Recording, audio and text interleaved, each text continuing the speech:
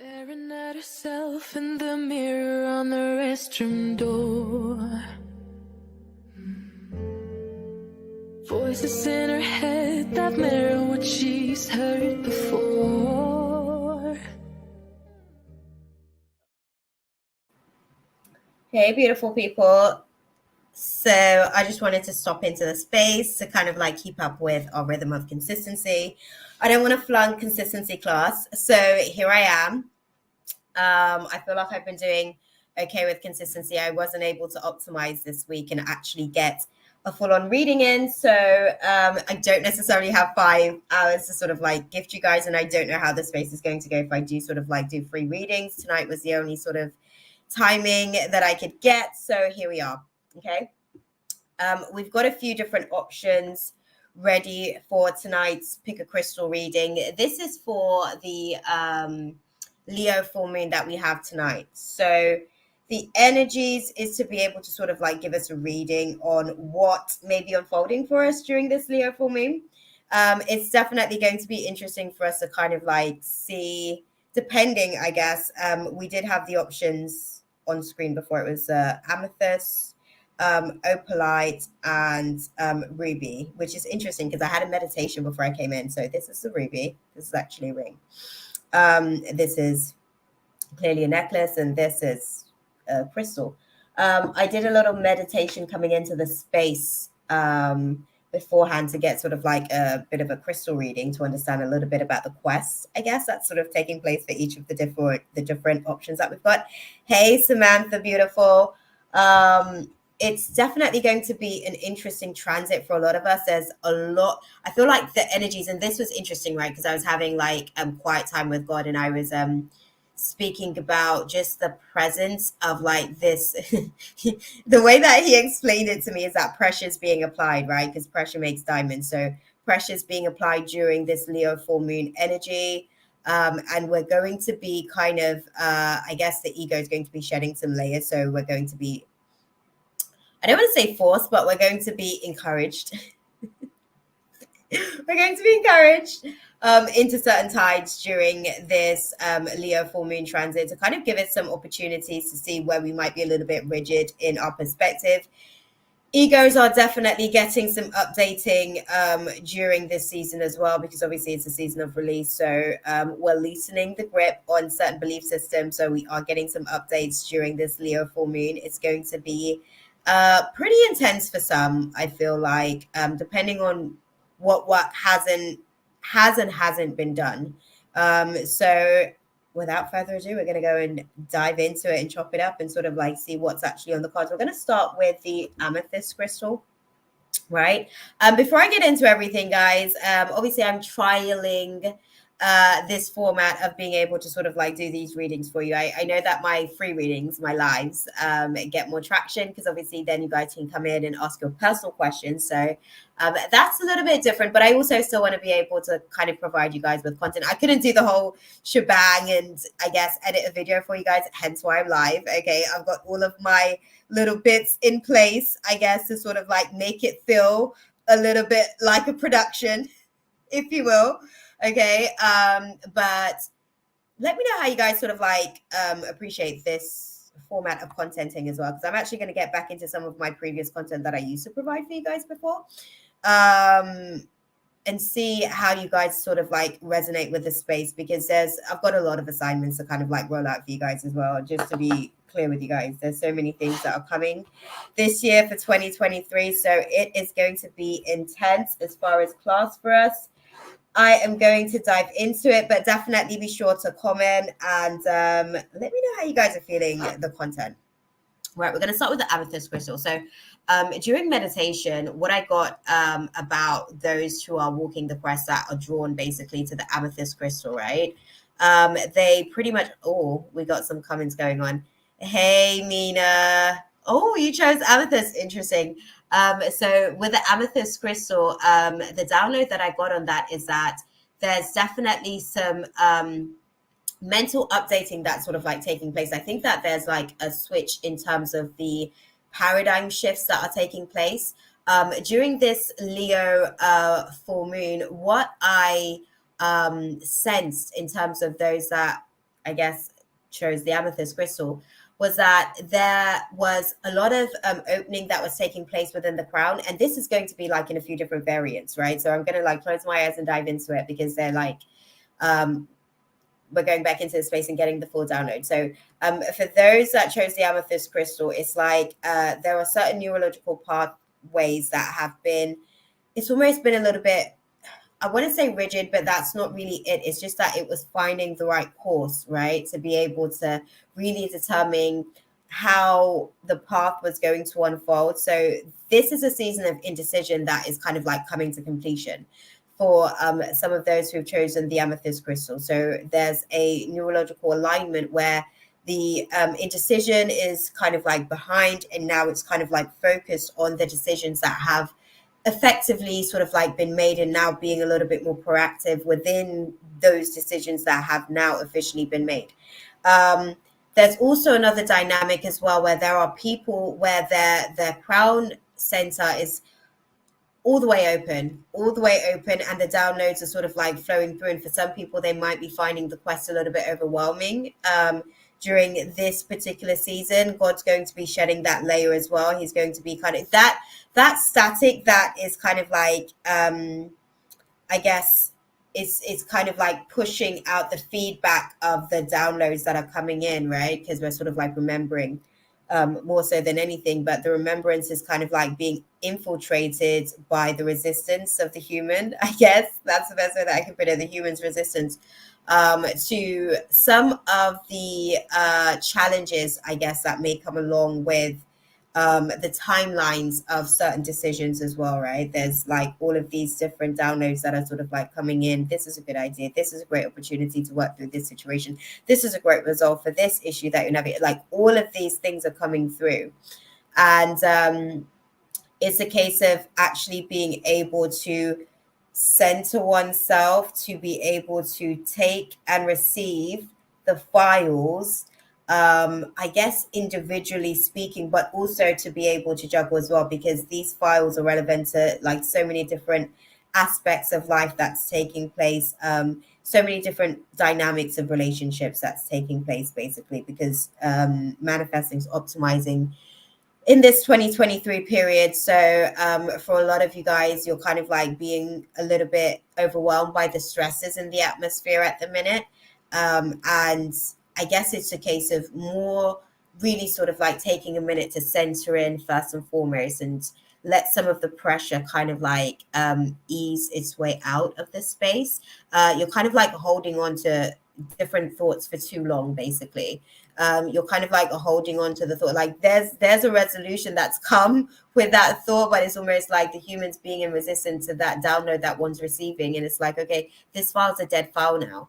The timeline for you to receive the kind of like I guess the ideal response or the ideal outcome isn't, that's not necessarily where certain timelines are. So as you're receiving those downloads, there's certain resistances there that's going to be cleansed during this Leo full moon, but it's going to come in a way where it's going to force you into gratitude. It's going to force you into an experience of appreciation, right? Like really actually being able to appreciate, because this is how you're going to be able to accept where you are with the resistances that are being met in the places that are necessary, because they're necessary to be met in that way, because you're still optimizing in certain ways as well to actually be able to actually bask in the manifestation of the things that you think that you want right now. The thing is, you're not all the way ready for the price that is necessary to be paid, essentially. Which is why these resistances are necessary at the minute, to be able to allow for you to gradually make your way up into that optimization of your ascension points. And then you'll be able to sort of see things move a little bit, where the shifting of things, the turning points, feels a little bit more in your favor. And I feel like this Leo full moon, it's one of those things where you have to kind of like see where you are. By the end, they're saying for this one, it's a 6 to 9 months timeline with this situations that you're navigating through, particularly the resistances that you may be meeting with certain situations as well. So that's just something to sort of like take into consideration with the situation. Okay, right. We're going to go and dive into it because they're saying, okay, cool, let's get into the cards now and sort of like unpack that, I guess. Oh, I'm glad that it's resonating, Mina. I also feel like yeah, there's a lot going on at the minute. There's a lot in the atmosphere at the minute. So hey, Ariana. I'm not doing free reading, so I'm actually doing a pick a crystal reading for because I wasn't able to actually get a full production ready for you guys. So I'm actually doing it live with you guys in this space. I like to sort of when I do these readings, I like to sort of just tune into the space, like literally with the guides, and then be able to give you guys a feedback from the downloads. But I had a meditation before coming into this space, and there were certain things as well. So they said this is how they said that the space should unfold. Because I was even going to pre-pull the cards for you guys, but they were like, no, we need the whole space to kind of like be live in essence to be able to sort of like bring the full effect of the space forward. So here we are, that part. So yeah, we're going to start with the amethyst crystal, and we're going to start with the first question, which is, where are you guys internally? For those of you guys who've chosen the amethyst crystal. So during this Leo full moon transit, right, this is kind of like the timeline they've given on this one is the next 6 to 9 months. The sequence of what's transpiring during this full moon transit, these loosenings basically of the belief system. So there's like I guess there's some threading within the belief system that's kind of like being weaved out. It's a whole farming situation. There's like farming terminology because obviously there's seeds that we're planting during the new moon, and then during the full moon there's things that are being released in order to be able to serve those new moon intentions a little bit more aligned, basically. So let's dive into it. Where are they internally for those who've chosen the amethyst crystal during this Leo full moon transit? Where are they internally, guys? Okay, thank you. Interesting. Okay. Oh, this is interesting. Okay, so for those of you guys who've chosen the amethyst crystal, what they're showing me is that there's a new sense of optimism over situations that once felt a little bit, I want to say like dreadful. There were like situations maybe that one dreaded previously, but it feels like there's been a certain level of releasing certain expectations to be able to get to this place of acceptance and being able to kind of like receive and release the pain of maybe the things that aren't necessarily working out in one's favor. And when I say in one's favor, it's like, you know, when you're manifesting, right, and there's other people involved in the situation, you're manifesting, your timeline may look one way, and then the timeline with somebody else in terms of how they sort of see things playing out, it may appear differently. So when they start to, I guess, put their things into, okay, Smeridina's chosen the ruby. So it's interesting. I listen, the ruby, I got some downloads on the ruby as well before coming into this space. So I'm definitely like intrigued to see how the actual reading unfolds. But yeah, with the despair, I guess, of the situations that aren't necessarily working in your favor, there's a new sense of optimism in that space. It's like there was things that you had to kind of like accept in terms of unmet expectations, and then it's kind of like managing the expectations at this point. I see that that's really a class that you're going to be navigating through during this Leo full moon quest. So managing those expectations and also refining the emotional management with this as you're going through the process. It's almost like certain things, right? You used to be tight on certain things, right? You used to be tight on certain things, like small things, like little things. And I want to say little things that may seem like little on surface, but may feel and appear big to you, right? Those small things that you were holding on to that were so meaningful to you, that have like real sentimental value, like they cut, right? Like they cut like nicely, you know, like those, how can I put it? It's like the kiss of the dagger as opposed to the stabbing of the dagger, where it's like, and then like, I don't know how to explain it because they're showing it to me. It's like when the dagger comes, like this is how love feels, right? Because even love comes with like daggers, because unfortunately, the experience of it can be quite cutting in the way that it can make a person feel, especially if it cuts deep and it runs deep. It can pour out, right? So with the situation, I'm seeing that it's like there are things that you would have been sulking about before, and now it's kind of like you're in adult mode. Like, that's the best way that I can put it. Like, you're basically being optimized emotionally during this Leo full moon season to kind of like move from the adult setting, as opposed to some of these things almost causing the childish reaction to the situation. And it's kind of like showing in terms of how you're responding to the climate around you in the process. So it's definitely going to be an interesting process for you guys. Let's see what path are they crossing for those who've chosen the amethyst crystal. As clearly as you can, guys. It's interesting because they're showing that throat chakra activation is definitely going to be crucial during this season. Oh, interesting. So this in particular is happening in the class of romance for you guys. Interestingly enough, so you guys are kind of like going into this new layer of your romantic relationship where you're kind of like letting go of I don't want to say the things that are no longer serving you, but just the things that basically have caused a lot of pain and contention on your heart space, right? It seems like there's some things that you've basically been pondering on, and I feel like God is going to give you an opportunity to see that the process of that is unfolding in the romance space, right? And it's interesting because they're showing that, like, as these pieces, like, let me show you the card, right? As these pieces falls away from around your heart, it's almost like your heart starts to get like this glow back.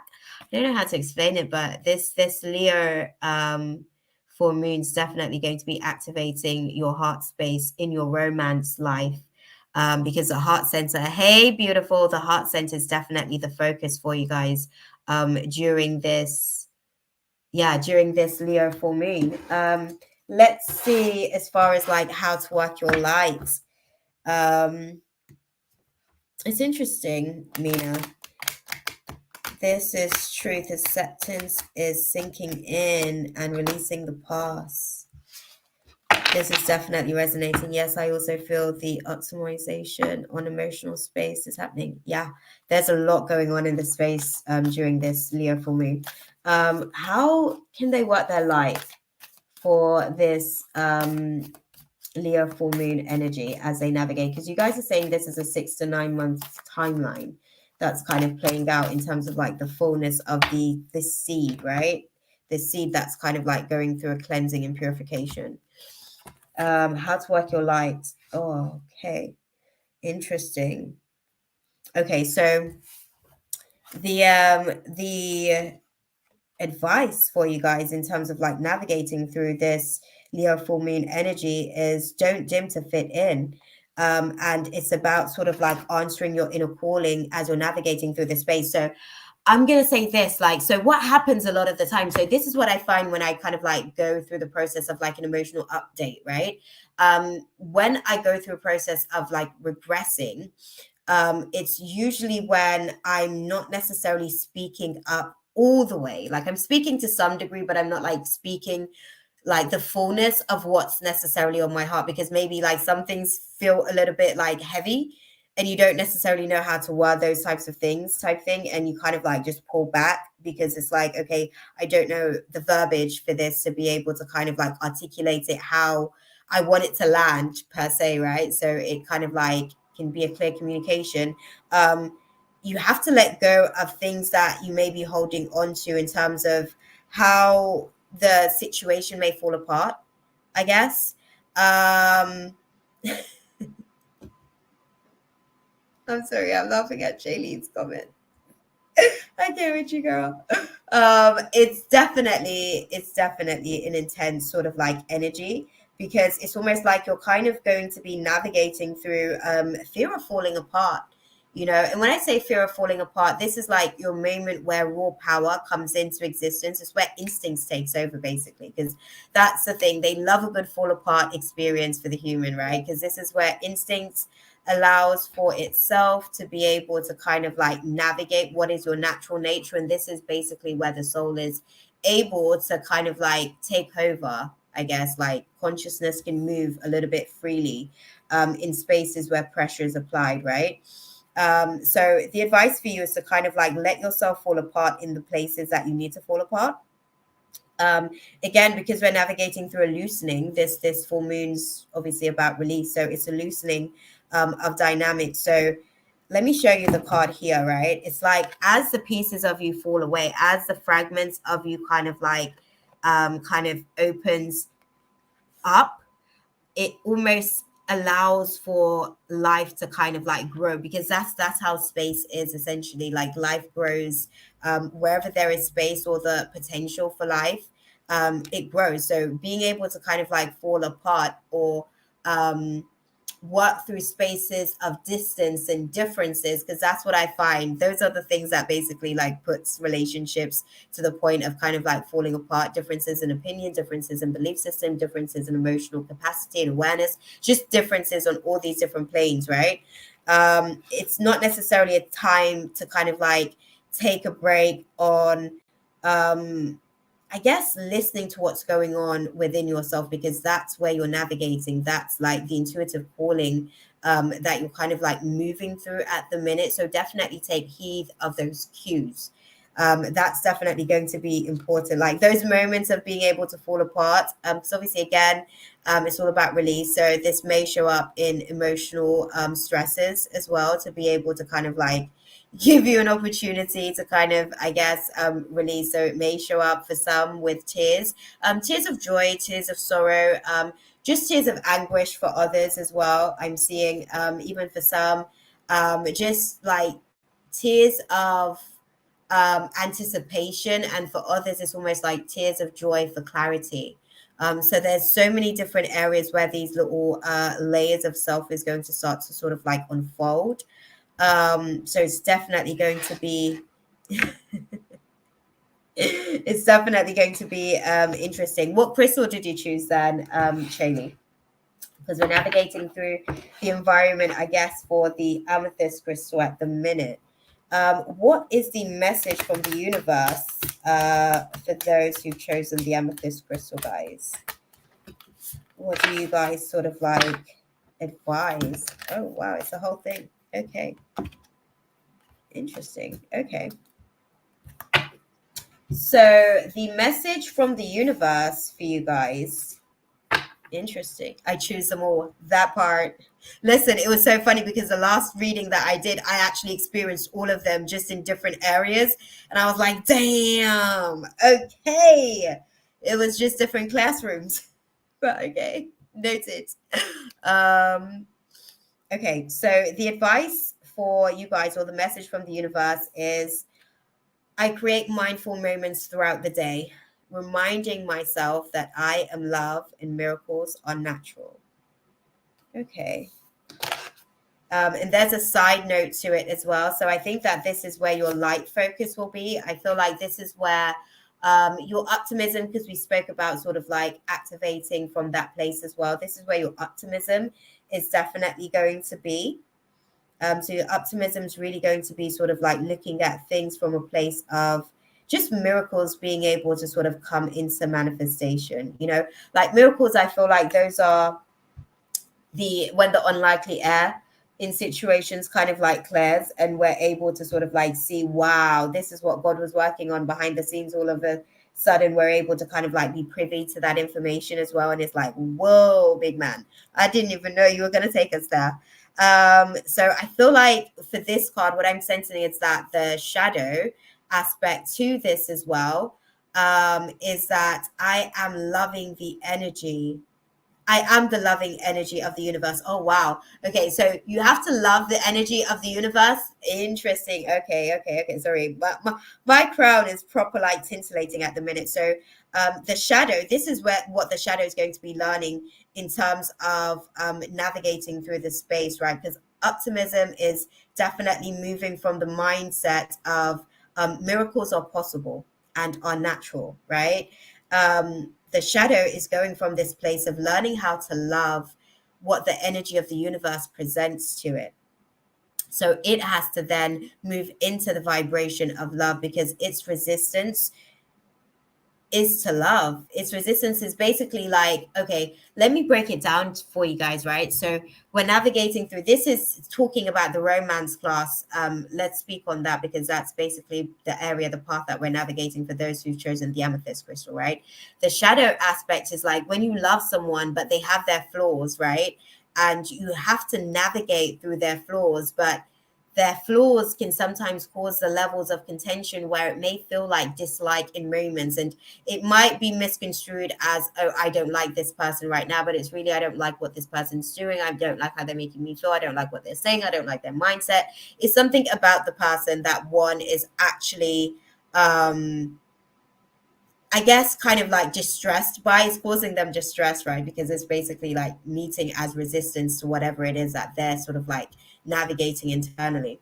Um, when you love, I guess, like deeply, because a lot of the times we don't even realize how deep love runs until we're kind of like put in situations to kind of feel the pain of the impact of the loss of that individual, or an absence of their presence. And that's when we really can sort of like acknowledge the depth of how deep that love runs, right? And within the depth of that, there's like pain. The deeper you go, like there's like pain beneath certain layers of it, right? Because the optimism is kind of like a higher vibration. So it would be looking at things on the surface levels. I'm not going to say on the surface levels, but that's the way that it would navigate through situations, like really just kind of like looking at like saying above water type thing, like jumping from lotus flower to lotus flower in a pond, if you will, because that's how they're showing it to me. Whereas like if you go beneath the pond, that's really where you'll be able to see like the putrid, festering remnants of the pain of certain heartbreaks, right?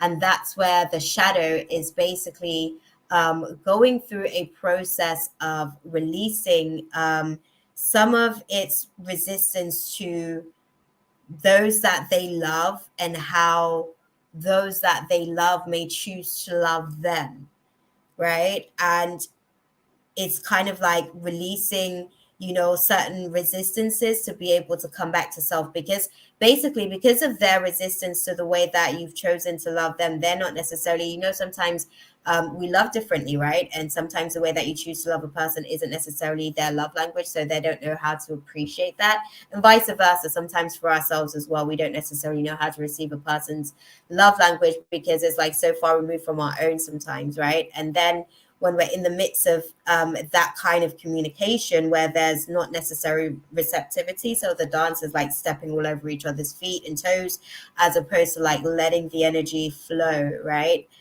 Being able to be disciplined and supportive at the same time to allow for the energy to kind of like flow. I'm thinking of like Tai Chi, just the element of being able to sort of like cleanse the chi of the two individuals being in the space, because when we meet resistance, like it creates static in our own field as well.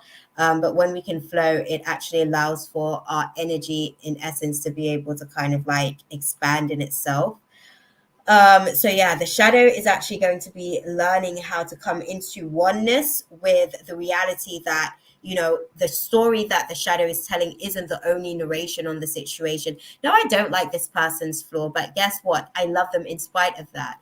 And because I love them in spite of that, what can I do to be able to navigate my way around this situation? And your third eye, my, is going to be giving you should you be able to, because they're saying to me, should you be able to expand on your perspective of what you perceive to be a flaw, because it's not necessarily a flaw, it's perhaps basically something that they have, like God has basically embedded this within their genetic sequence, because it's necessary for something that they also have, something that they also actually do naturally, like it's effortless for them, but they may be displacing that aspect of their characteristic traits in the wrong place. So it's a case of like maybe figuring out how to work that energy over into a different aspect where the boundaries within that is a little bit more refined, right? So it's really a case of getting back into the reality that there's really three sides to every story. And the actual truth is an amalgamation of many truths and the variance of those truths, telling its story all at once, basically. So it's kind of like being able to kind of, the shadow is being able to accept the reality that its truth isn't the only truth, and the reality may just be what is necessary, essentially, right? I'm going to sort of like come into the chat. I'm just on a roll with the channel, so I want to sort of like move through it. But yeah, the outcome. Oh wow! I've kind of like moved through all the cards. I've got like a whole setup on this, but I'm gonna do it for the rest of them because you see, like this was for the first question, but hey, things was kind of like moving so quickly with the channel. Because they were saying to me, oh, like you haven't done the thing yet. Listen, guys, I'm learning. Okay, bear with me. I'm optimizing. We'll get it in like the second one. Okay, so the outcome. Let's see, what is the outcome? Should they choose to take heed of how to work their light, not dimming, so not letting the shadow just kind of like fester away like that. Do you know what I'm doing with my demons at the minute? Right? It's like, because the demons are basically attached to your inner child, essentially, because they attach themselves when you're a lot more vulnerable. And, you know, as you kind of like grow into your adult self, you'll kind of, you learn how to navigate through certain things emotionally. What happens is that when you're a child and you don't necessarily have certain emotional optimizations, they'll be able to sort of like attach themselves. And then you develop certain behavioral patterns throughout the process of those types of engagements with these types of spirits, right? It's like, how do we navigate through like rejection or criticism and all of that type of stuff? Those types of things will basically attach certain spirits to it, and they'll be vibrating on lower frequencies, i.e. demons, depending on what timeline you're experiencing them. Because the ancient time, it was demons. But the outcome, I guess, this is like the path of wish fulfillment. God is basically asking you, all right, you say that you're asking for this, right? And I'm going to give it to you, but it's not going to come to you how you feel like you want it to come to you. It's going to come to you in a way where you're going to also have to work for it as well, because you might feel like you want it, but you ain't even ready to have it like that. And when I say you ain't even ready to have it like that, I mean, can you actually be yourself? Because what God is working through and navigating through is periods, okay, of inauthenticity. He's working at the lens of transparency during this space where one can vocalize the shadows as well without the format of the unconscious intent to project, right? So this is going to be interesting. So should they take heed of this message from the universe? What is we? Okay, y'all. Okay, message received. Should we? They said I ain't exempt. Sorry, that tickled me. Should we take heed? Navigating through the amethyst crystal. Okay, what's the outcome for it? Should we take heed of these? Thank you. Okay. Interesting. Whoa. Okay. Whoa. Sorry, guys. I'm like, okay. Wow. So this is what they're saying, right? They're saying the outcome is that one may find themselves playing the fool sometimes. And what I mean by this is it's like observing a situation, right? Because the fool generally sort of like ventures on a new journey. The fool in the tarot is like, okay, here's this human that is now going on this new venture and is kind of like leaving everything that it knew behind and is kind of like moving into this next phase of the quest, right? But beneath the deck, we actually have the Seven of Cups in reverse. So this is basically speaking about the illusions in areas where one may be saying to yourself, oh, I'm no longer doing this anymore. God's going to show you where you're doing exactly the same thing, just in a different dynamic. And he's going to show you where that behavior has actually bled into other spaces that you may not be cognitive of. And it's interesting because there are times as well where you will be put in a position to be sort of like looked at as the fool in the situation that you're navigating through. Because remember, we're navigating through a 6 to 9 months timeline on this situation, right? So a lot of illusions are definitely going to be lifted. To yourself, though, this is something that's going to be going on internally. So there's these games that you've been playing with yourself as well, kind of like sitting in the semi-conscious, kind of being there but not, playing with being fully awake but not. Some of that stuff that's being shedded during this Leo full moon, and that's taking place in romance class for us as we're navigating through the space. So we're definitely going to be navigating through a major arcana during this Leo full moon. And it's going to be an interesting quest for the amethyst journey. That part. All right, guys, let me go into the chat and see what was going on whilst I was sort of like diving into all of that awesomeness. Damn, that was intense. I don't know about y'all, but that was intense for me. I feel like I got a headache already. Let's see. Oh, last place I was, I choose them all. That was from Chaley. I'm glad that it's resonating, Mina. I feel like it resonates with myself in ways as well. So I'm intrigued to see how this plays out. Nah, the way I've decided I'm done with reality, it's in the trash and quite comfortable there. Oh, I'm sorry, Chaley. I hear you on that. I hear you on that. The old reality, the paradigm of the old is actually sort of like shifting out as well. So it is, shifting. Such powerful insights. I have zero respect for anyone that is here every week taking your energy and they are not here currently supporting you. To be fair, you can definitely select a crystal. We've actually just finished the amethyst crystal reading, actually. I didn't take a timestamp for it, but I guess I'll probably go back and watch it at some point and do timestamps. So I can get notes, or help me out, ladies, if you guys are going to be around. Help me out with the times stamps on the situation. No, Mina, I'm glad that it's resonating. Do you know what?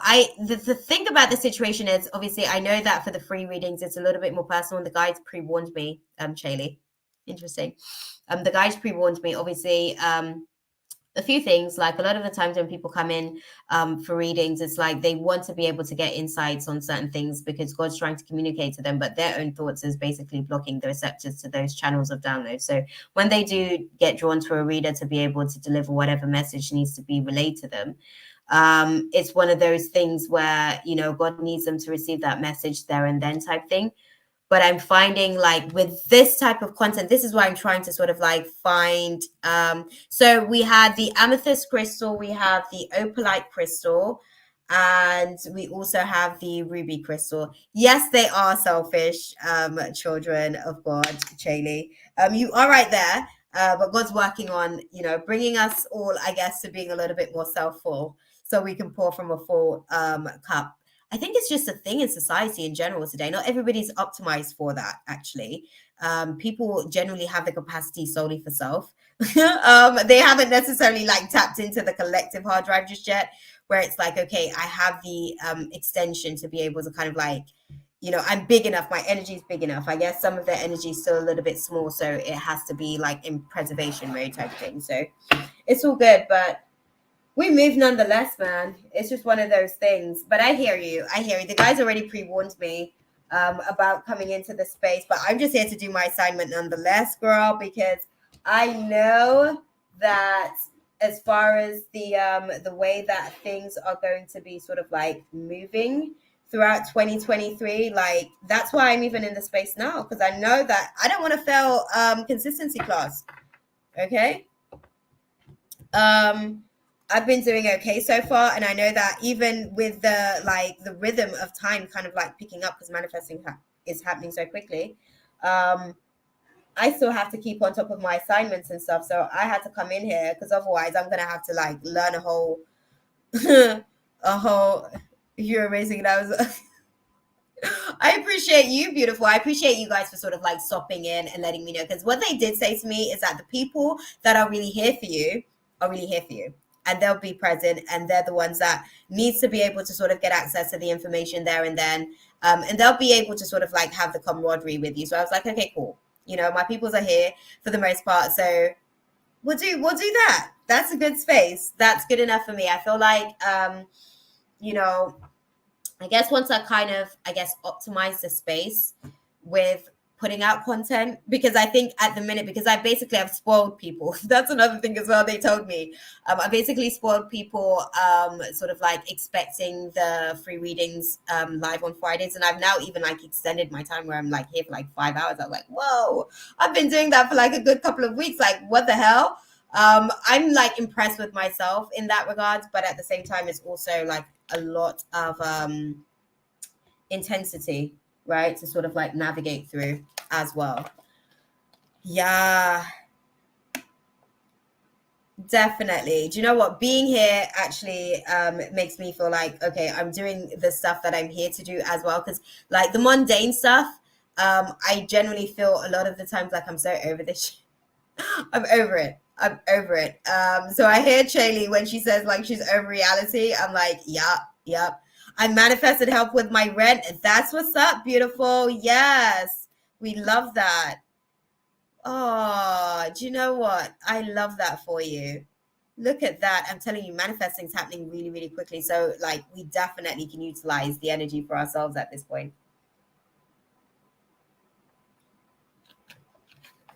Yeah, definitely, definitely. And it's one of those things as well, right? I want to be able to sort of like come in because basically, the more I kind of, if you guys, I was literally, so this is like fun fact, guys. If you, those of you guys who sort of like stop in, you guys know that I talk in between readings. You guys know how it is by now. But so it was like before I struggle with social anxiety. I shared this with you guys last time while I was live, but it's like when I first started to do lives. If you guys saw the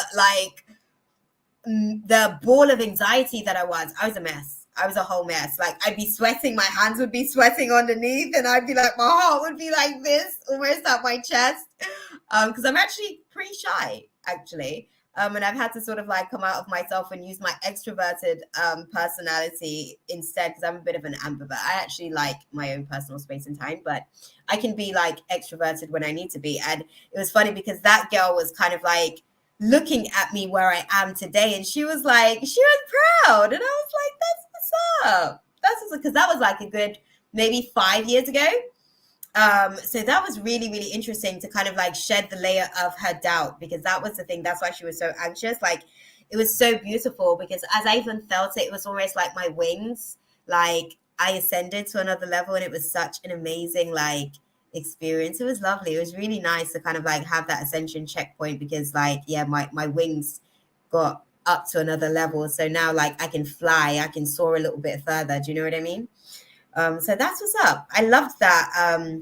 And there's so much of that energy going around. Like there's so much other updates that's going around at the minute with this Leo full moon as well. That's why I wanted to come in here and do a reading for y'all, because I didn't manage to get a reading in during the last new moon season.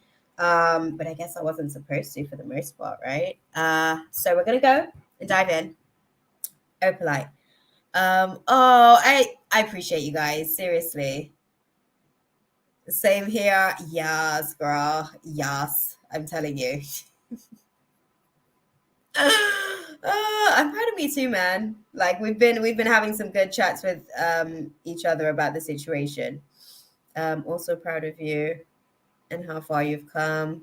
There is beauty in every shade. Oh, do you know what? I'm telling you, learning these, like as I'm seeing these old programs, I'm like, rare, I didn't even remember that you were like who I used to be. That's how weird it was, like actually seeing old pieces of myself that's basically coming up to be readdressed. Like you're going through a revision basically of your old program. So programs will basically like show up and then I guess like ask you, are you still like, do you still identify with that belief system, or does that belief system still serve you? And it's like, no, because it doesn't. Like I'm no longer that girl that's going to be there like quivering and basically having an anxiety attack while I'm on live, trying to actually get through just a basic sort of like situation conversation. But yeah, I am. I am glad that he's back. It's nice to actually sort of like have him back. And it was nice to be able to sort of like spend some time with him, just him, because I think he had to sort of like come back to this rhythm of life as well.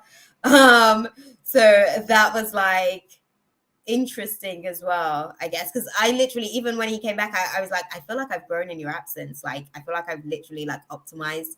Because I know that you optimized while you were out there, and there were like so many things, but because you optimized while you were out there, bringing that energy back and kind of like placing it might be a little bit different, you know. But I actually like optimized here whilst you were sort of like away, and I just feel like, yeah, there's a whole new level to my soul. And I was having a conversation with my mate earlier because we were doing the meditation together for this Leo full moon. And she was saying to me as well, like she can feel that her consciousness is kind of like, you know, just kind of like looking out the window like this, like looking out the third eye like this.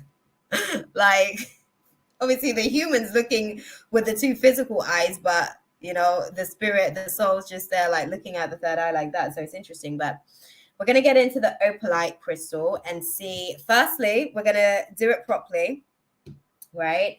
And get into the opalite crystal. And then we're going to do a little ad break in between. I think I'm going to do like one little ad break. I'm like plugging this dynamic. So I basically have an assignment to do of these menstrual journals as well. So you guys, you probably saw it in the last Pick a Crystal reading. So I'm going to plug that in here as well, because that's something that I need to sort of like get the collective, I guess, prepared for. Because it's going to be a thing, like in the future, it's going to be a thing. Like God's already sort of like spoken to me about it, and we're working on it, I guess. So we'll see.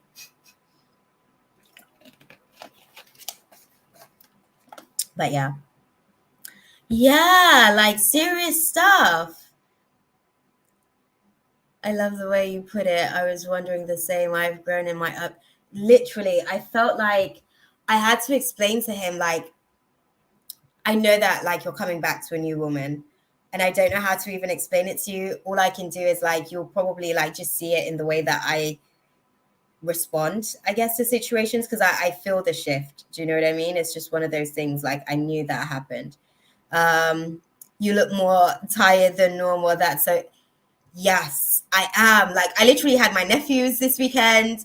I had a work meeting like in London. Oh my God, I had to go to London as well. Like, I'm on the outskirts. I'm based in like Essex, right? And it's kind of like on the outskirts of London because London's rhythm is too fast paced for me. I can't hack it. I literally went like even today again. I was like back in London. I'm like, get me out, get me out. I need to come down to like a different tempo because it's so quick, quick, quick, quick, quick. I love being able to kind of like move at a tempo that I can sort of like manage the manifestation because there's so many egos. Even like driving around, I was just like, oh my God, like the egos here are just reckless and they see nothing but themselves, like their perspective. They have no conscious awareness of their peripheral vision of reality. It's literally just self.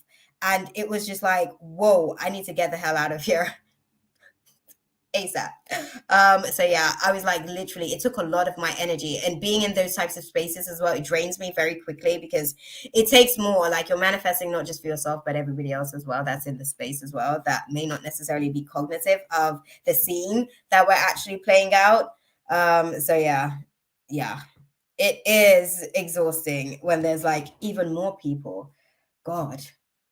Right, so opalite crystal, we're going to start off with where you guys are internally, right? As you're navigating through this. Oh, sorry, they're saying to me, I'm moving too quickly. I am moving too quickly. So I got to do a crystal read for you guys, right?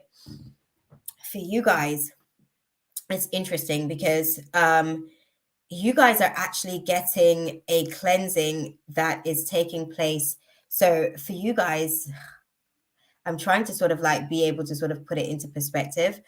You guys are getting a cleansing in a different dynamic.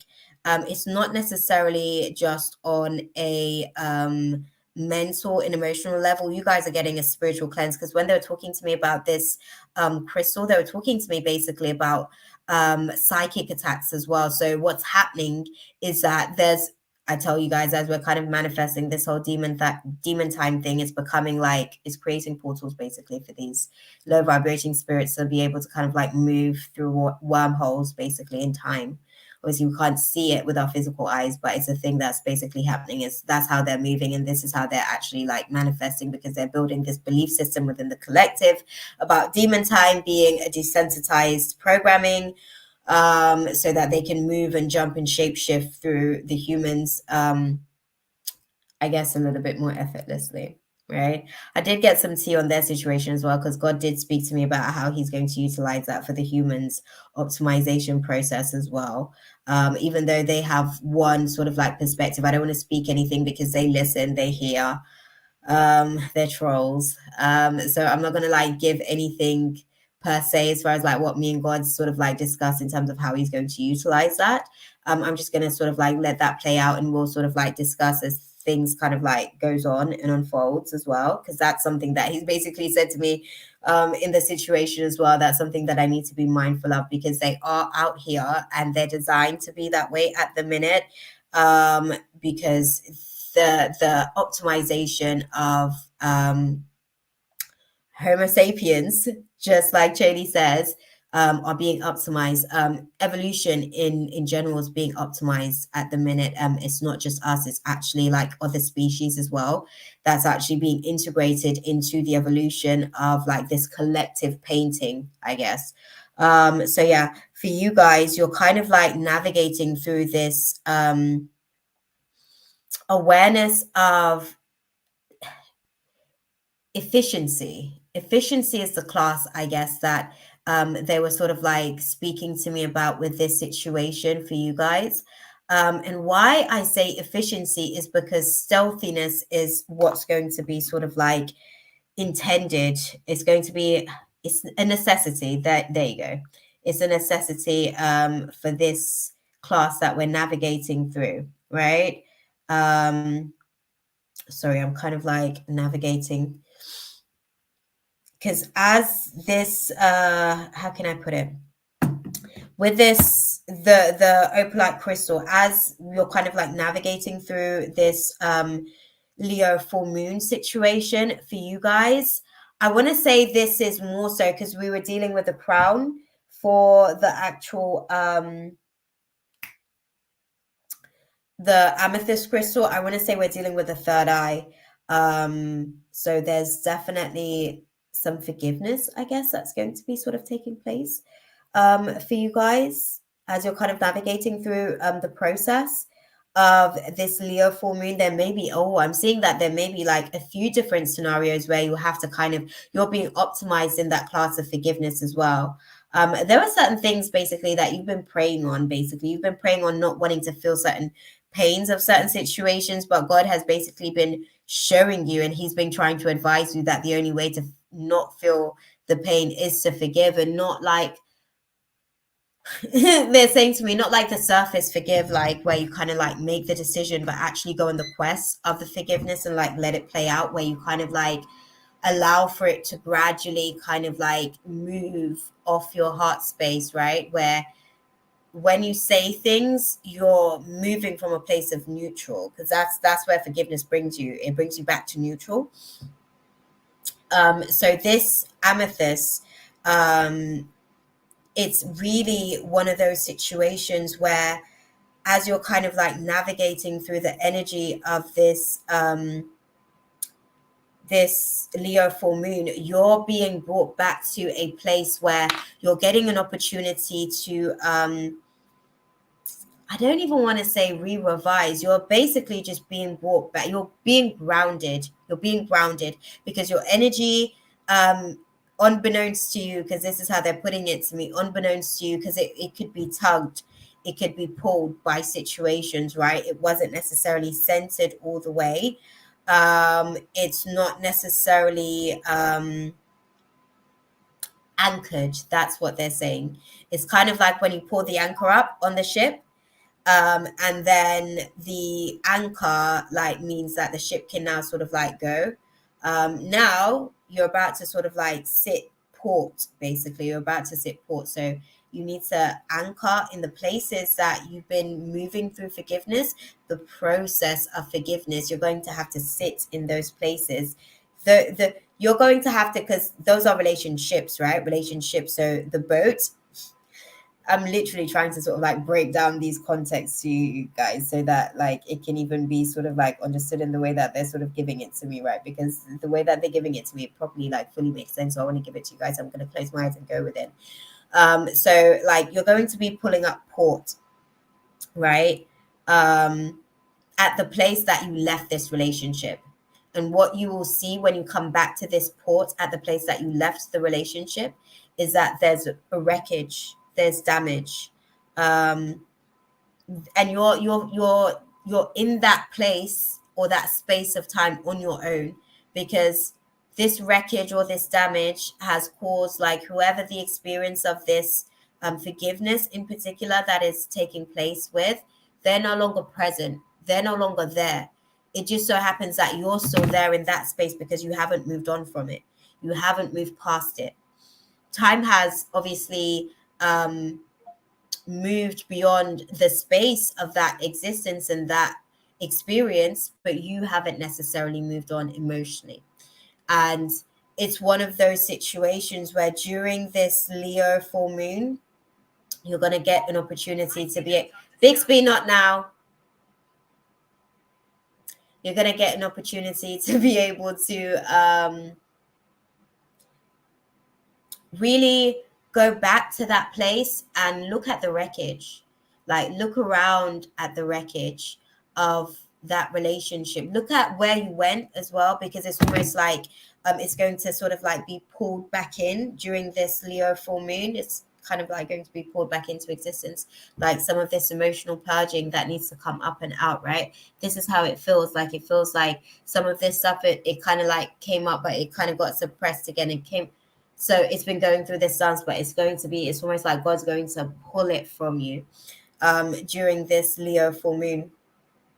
And as you're kind of like going through the process of being able to like sit in this place, it may be a situation that plays out for up to around about 7 months. This one, they're telling me, in terms of this dynamic, 7 months. And then there's another recourse at the 13 months checkpoint in terms of this ascension process that you're navigating through with this dynamic, right? Obviously, as we pull cards, we'll be able to sort of like get a bit more insight, maybe in terms of like the path that we're crossing, maybe get some insight in terms of what class potentially. But yeah, the things that are being forgiven, we're going to sit at the port of where we last left those relationships and look and observe the wreckage, see how far we've gone, and accept that that experience made the voyage ahead, obviously, because that's a past experience, it's a past timeline. It made the voyage ahead, which is the now experience, the inevitable, and it made it possible, basically. So there's also a greater sort of like appreciation. You're going to have to go around and really like take a look at the wreckage. You'll see pieces of yourself that's actually like still left in these murky waters. It's almost like pieces of your old self that's like collateral damage to the process of like the pains of these relationships. So I guess Amethyst is going through acceptance, Opalite is going through forgiveness. So this is going to be an interesting class as well. Okay. Let's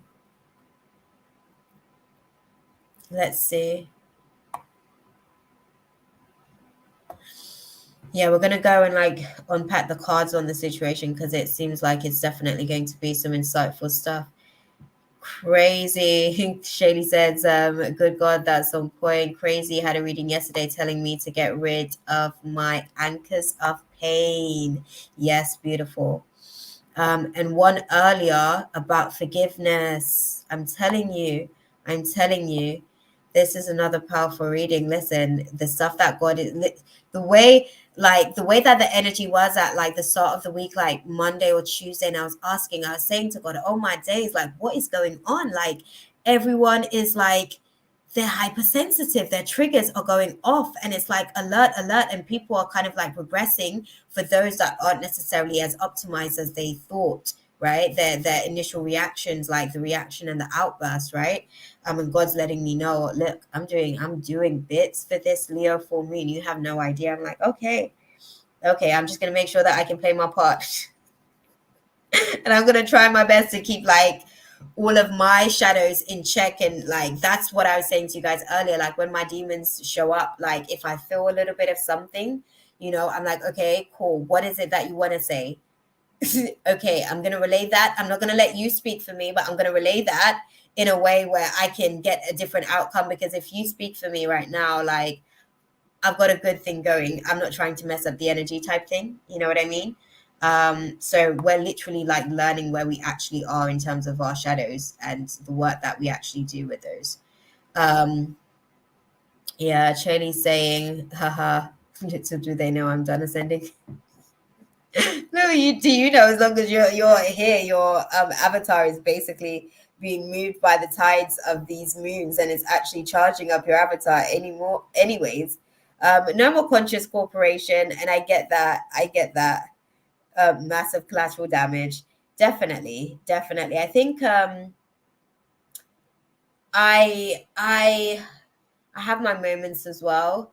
Recently I went through a big resistance of like quitting, quitting my job, I guess, like here. When I say quitting my job, I mean like my assignments, right? But it's always interesting, right? Because I can't do oh, thanks, beautiful. I like my demons. They're okay. Like sometimes when they speak up, I'm like, damn, girl. Okay, I'm gonna speak about that. I'm gonna put it a little bit nicer, and see if we can get a different result. Because what you're about to put out there, that's only gonna get one result that I'm not looking to manifest. But yeah, I think with the no, listen, I hear you on that. I say that like I actually no. Do you know what? That part, like every time that's what I was literally just about to say. Like whenever I go right, so whenever I say that I'm quitting, and this is always so interesting. So when I say that I'm quitting, it's like then God allows for like a revision, sort of like space or situation to happen where it's like, okay, the devil comes in and then he kind of like checks and sees like, okay, no, I can't even have her on my team. Firstly, she actually is for God for the most part, like in terms of like my genetic genome and vibration. And then also it's like I can't be in the shadows for too long because I also know how to get back to the light fairly quickly because I've optimized and purified my human in certain ways, right? So I literally end up back on this side because there's only two sides. There's only two sides. If you're not gonna fight for good, then unfortunately there's the other side. But there's agents on both sides, okay? And yeah, when I choose not to do my path, then God's like, right, do you want to go and work for the other team? I'm like, no, that's not who I am. So here I am, always back to the same team. That part. Okay. On that quest, let's go and dive into it as far as the unpacking of the cards for you guys.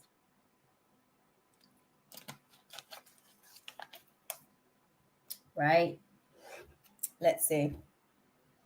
So, where are they internally? For those who have chosen the opalite crystal, where are they internally as they navigate this Leo full moon energy? Thank you. Okay, okay, okay. Interesting. Okay, okay. Okay, give it to me in fullness. Where are they internally? Thank you. Wow, the same two cards came back out. You guys, I guess you guys were like solid on the message. Thank you. I appreciate that. Interesting. They will never get me. I like to screw in their heads and let them think that they will sometimes. that part, right? That part. And then when they come through and they try and like, engage and interact, it's like, no, actually, that's not my heart, unfortunately. You know, I'm sorry if I gave you mixed signals though.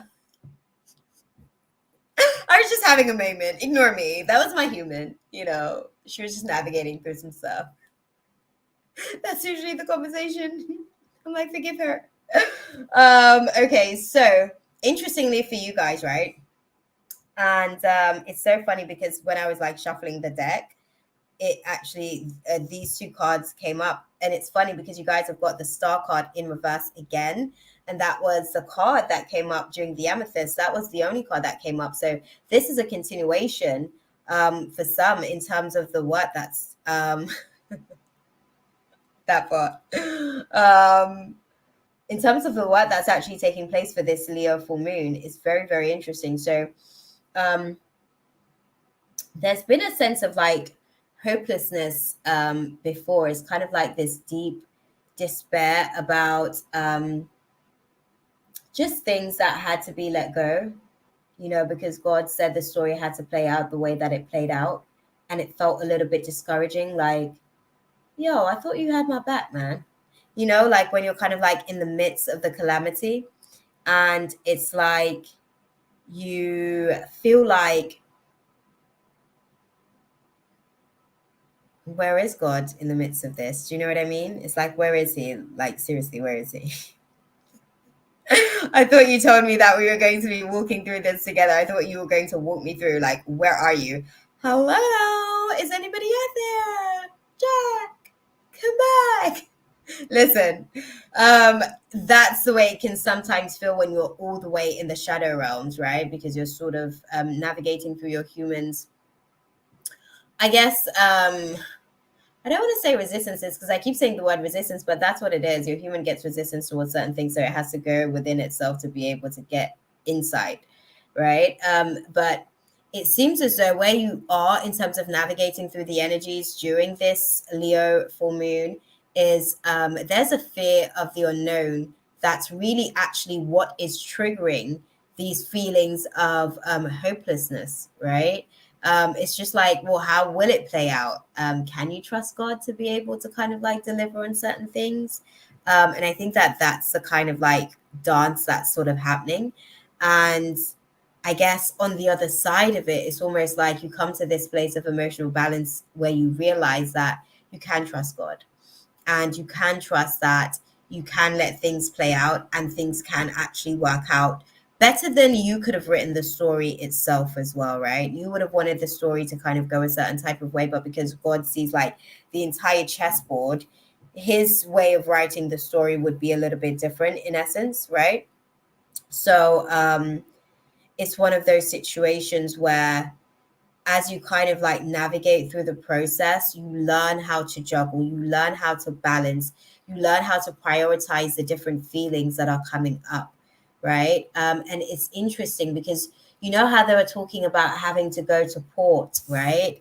You know how they talked about having to go to port. So this is the Queen of Cups, right? Sat by the waters, and she's just sat there with her little chalice, like really just taking in life. Like this would be where you would have gone basically, right, back to port of some of these old relationships that still needs some forgiveness, right? And when you get there to land and you see the wreckage, you just decide to kind of like, because I said to you, this is going to be a 7 months long journey, so this is how you're going to be spending the 7 months in that space. Okay, getting into a place of emotional balance, getting into a place where you can be intuitively calmed by the process, and knowing that God takes compassion on your journey as well. Like God hasn't beseeched you from this experience that you've had because you had the loss then and it feels like that loss hasn't been acknowledged. No, he hasn't let that go. Like, and this is why like sometimes I just let God fight some of like my major battles. You know what I mean? Like some of those battles where it cuts so deep, all I can do is focus on the demon that has now been triggered or is manifesting in my reality because of said pain. that I've been caused, and I just let God deal with the individual that may have caused said pain, right? Because I'm like, there's nothing that I could do to you that could be any more extravagant than what God can actually sort of like do to you in the situation, or for you, I should say, because I would do something to you, me being human, but God, he's so magnificent, he's going to do something for you, which is even better because you're going to learn from the process of that. Okay, so I'm going to let God have that aspect of the situation. But yeah, you're going to port. Hey, Samantha. Hey again. You're going to port to be able to sit and observe and really take it in and see where you can find your peace, because God's taking you on this 7-month, I guess, tunnel. It's like a tunnel. And I have to say that it's a tunnel because you're going to have to go through the shadow to get to this place of calm. But it's like, because time is obviously happening all at once, right? Obviously, your now self plus your 7-month-old self from now. She's obviously at the end of the tunnel having this experience, right? She's at the end of the tunnel having this experience where she sat there with her chalice and she's just in observation of this. And she's like, wow, wow. Like, I see how much that has allowed for me to become more of who I am. I see how that has allowed for me to take compassion on myself, even so that I have more compassion to give to others, you know? So this is going to be an interesting sort of like quest. And like a lot of the blocked emotions, guys, a lot, because this is what was going on, right? We were saying, oh, I forgive you, but you didn't.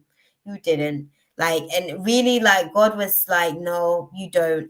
And it was causing you to have a stank attitude about certain things that you didn't even realize, right? And it's almost like this blocked emotion. God is purifying you of that. It's allowed for your soul to become a little bit putrid, to be honest. And God's going to cleanse that during the season of this Leo full moon.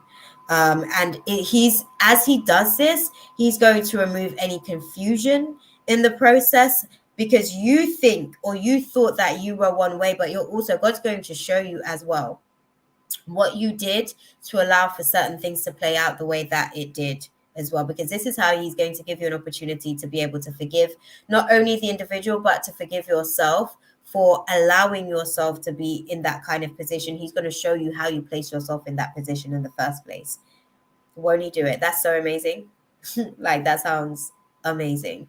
So he's going to be freeing us from confusion, contention.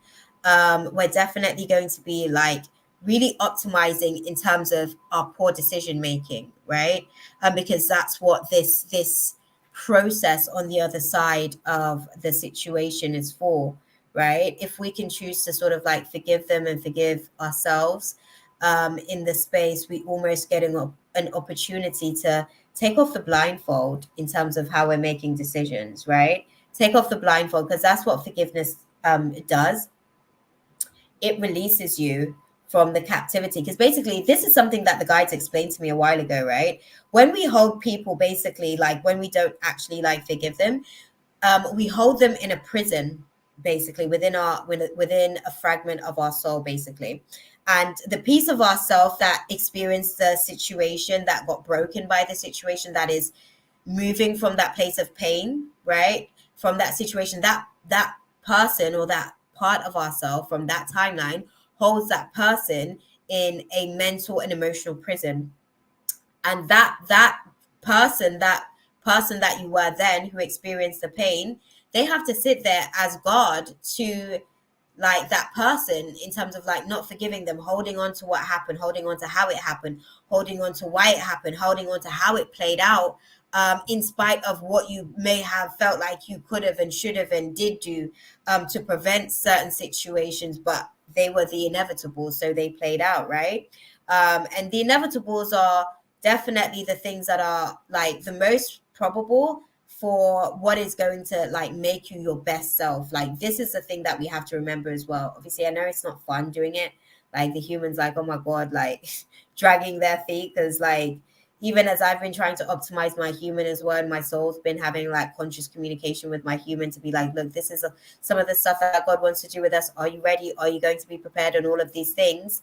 My human's still kind of like adapting to like what is going to take for that. So what I'm going to say to you guys is, as we're kind of like these pieces of ourselves that's holding other people in captivity, because when we choose to not forgive them, we hold them prisoners.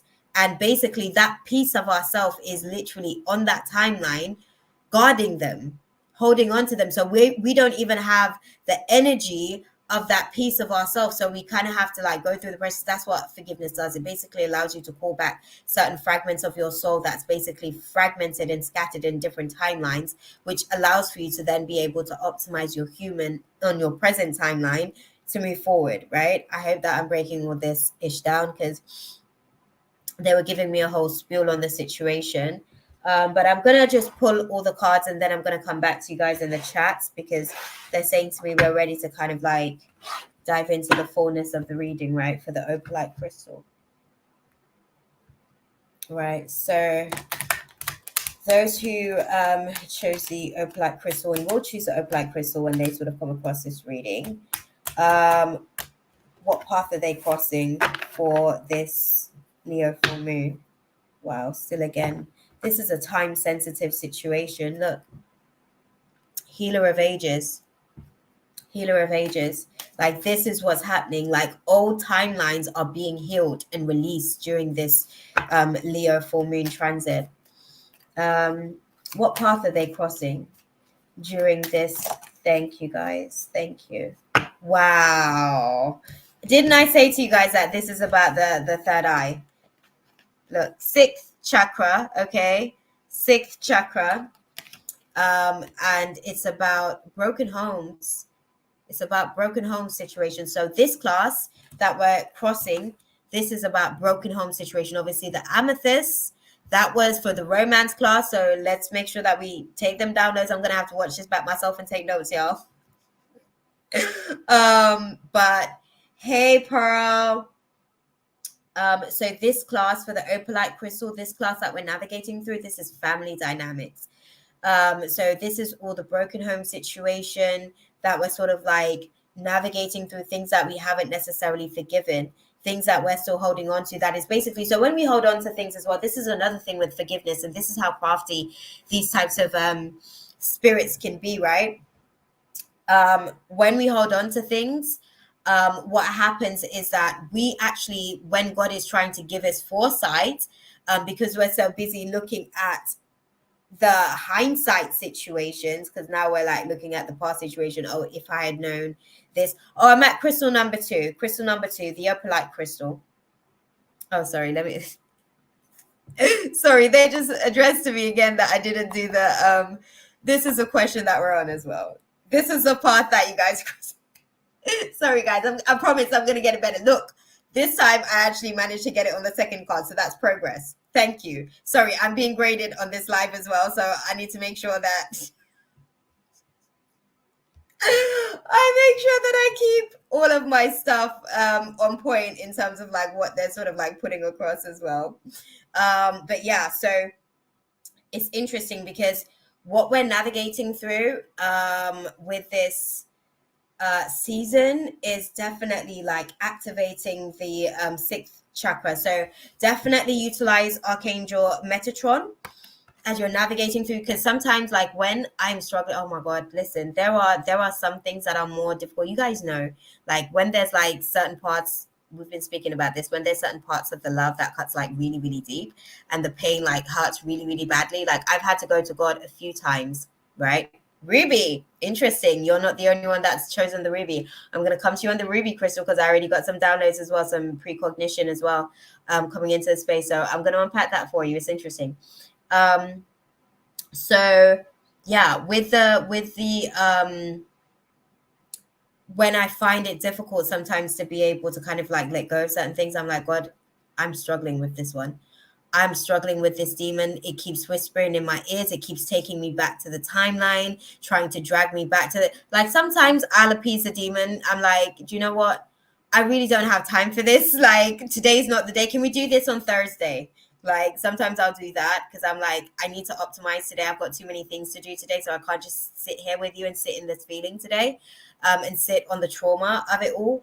But can we do this on Thursday, and then I'll check back in with you then and see where you are with the situation, because we may have gotten some clarity by then. You don't know how God's going to play out the situation, right?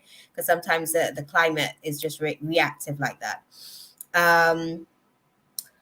I would say like Archangel Metatron's good. Archangel Michael's been doing business out here because he's generally pretty good for like just root chakra self-identification. Like he's able to protect from the root up. So you're good in navigating through calling him into the space as well.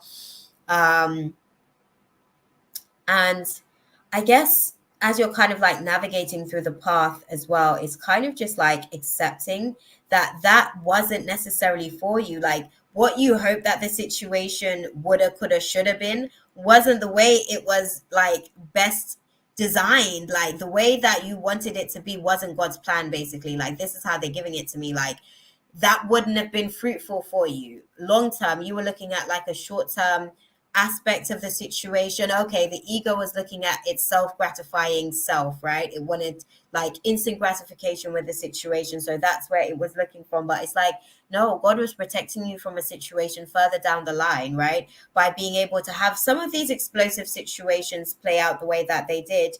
But for the most part, he's going to now take the time during this Leo full moon and give you an opportunity to go back and revisit some of those things over the course of the next 7 months, and let some of these things play out because they're being updated subconsciously, and they're being integrated into the subconscious programming that's taking place in other areas, because obviously this class is to do with the family dynamic and things that have basically happened within the family space that has caused us contention, it's caused us trauma, it's caused us inner conflict, it's put us in a position where we become collateral damage to other people's decisions and their process of how they've projected their own desires, their needs, their wants, their expectations have caused a lot of demonic attacks for us, right?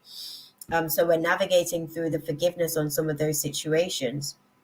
But God's saying it wasn't ever for you.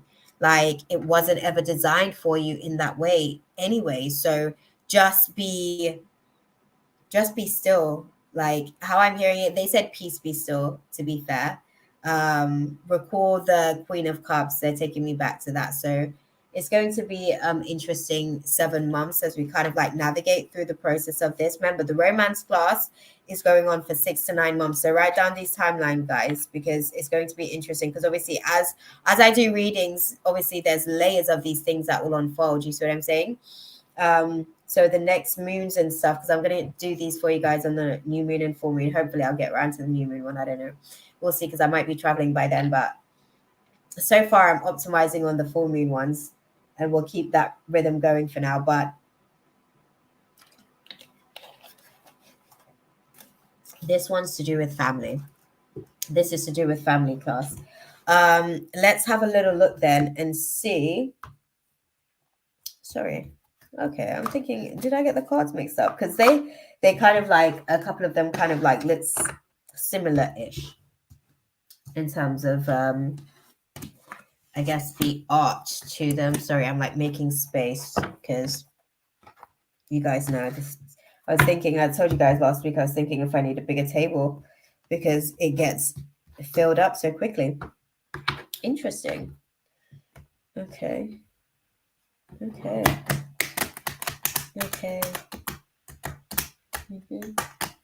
That part. Yeah. So deep it hurts. Definitely beautiful. Definitely so deep it hurts. Okay. Okay. Sorry.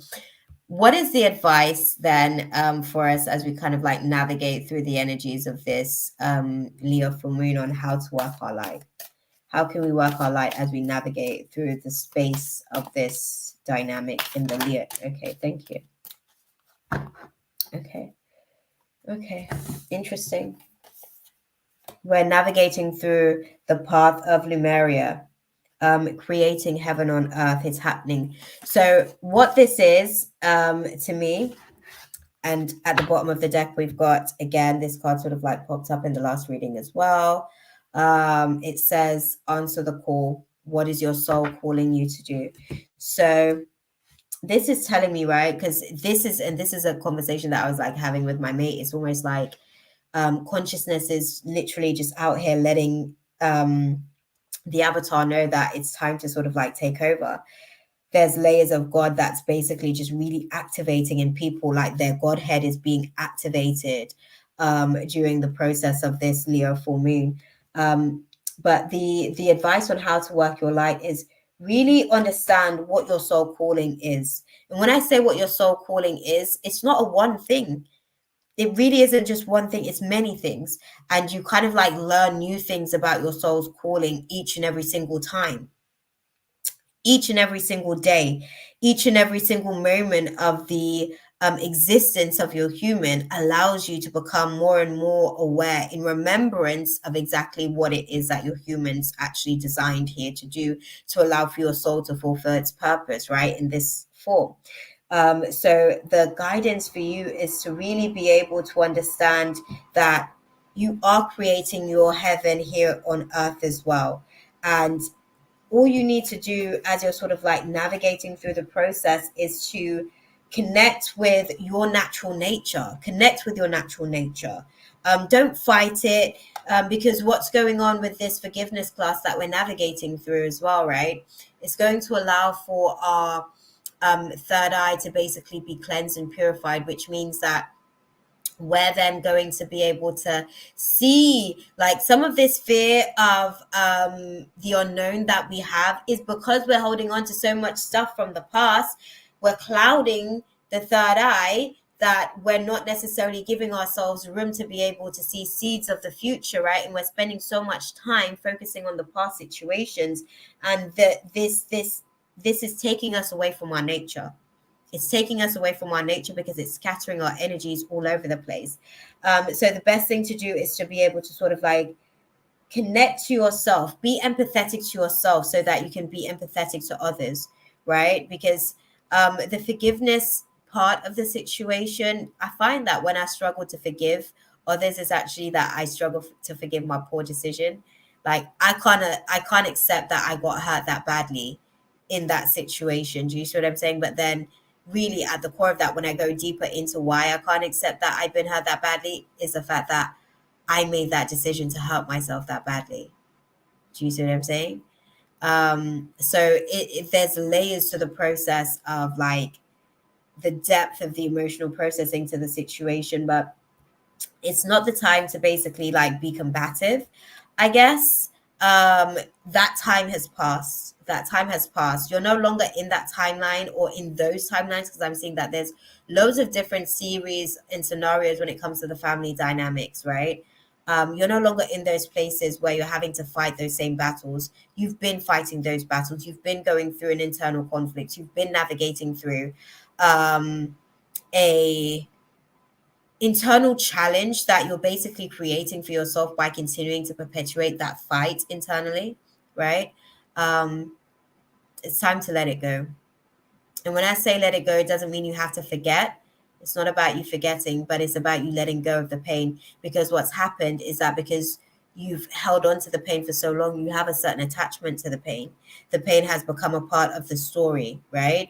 And when you're able to tell the story from that narration, it makes you feel validated in terms of the way that you were mistreated. But the reality is that you ventured into those situations, you ventured into those experiences, and yes, you did get stabbed in the back. Shit, you entered into some real Ten of Swords energy in the end, right? You got some deep backstabbing. You did definitely on that battlefield had to claim defeat, right? And that's why it hurts even more, is because you got defeated. So really, the forgiveness is a struggle that your ego is also having, because it did get defeated.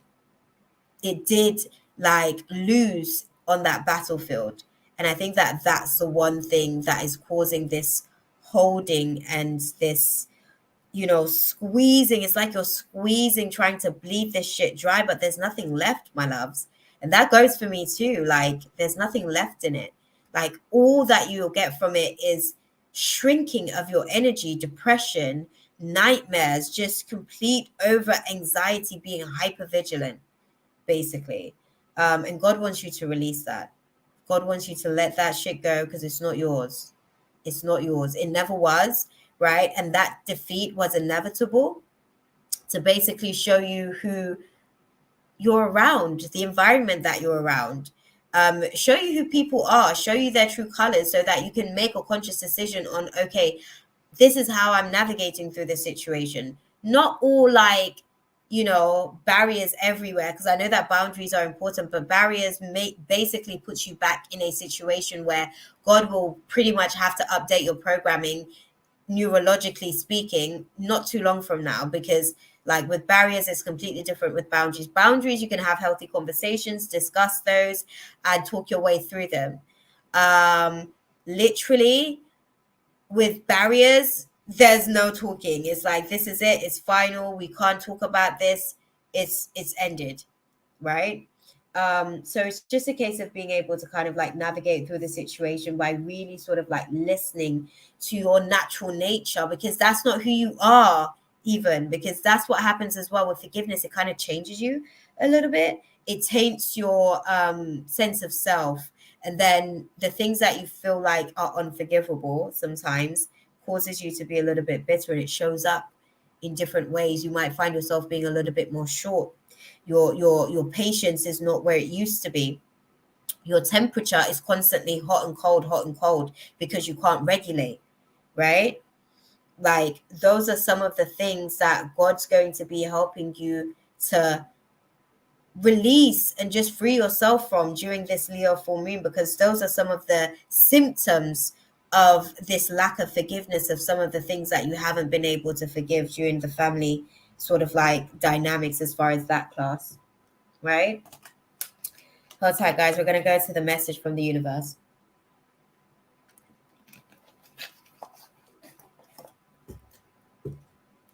Okay, so, right, guys, what is the message from the universe for this Leo full moon, for those who, I guess, need the guidance of the opalite crystal? Interesting. Okay.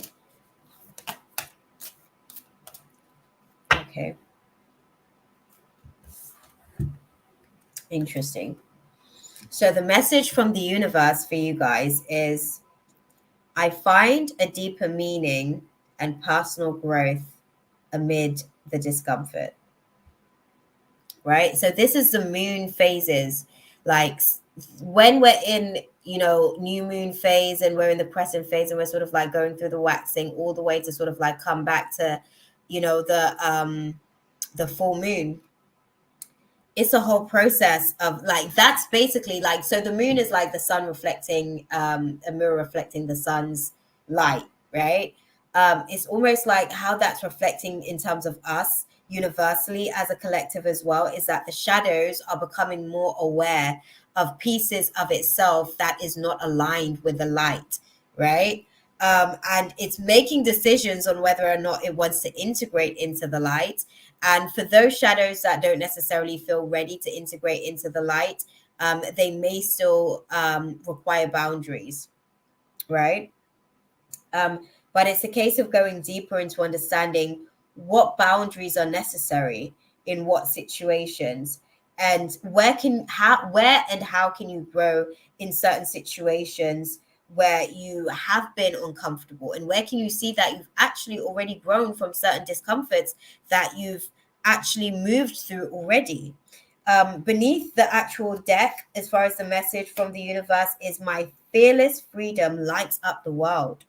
My fearless freedom lights up the world.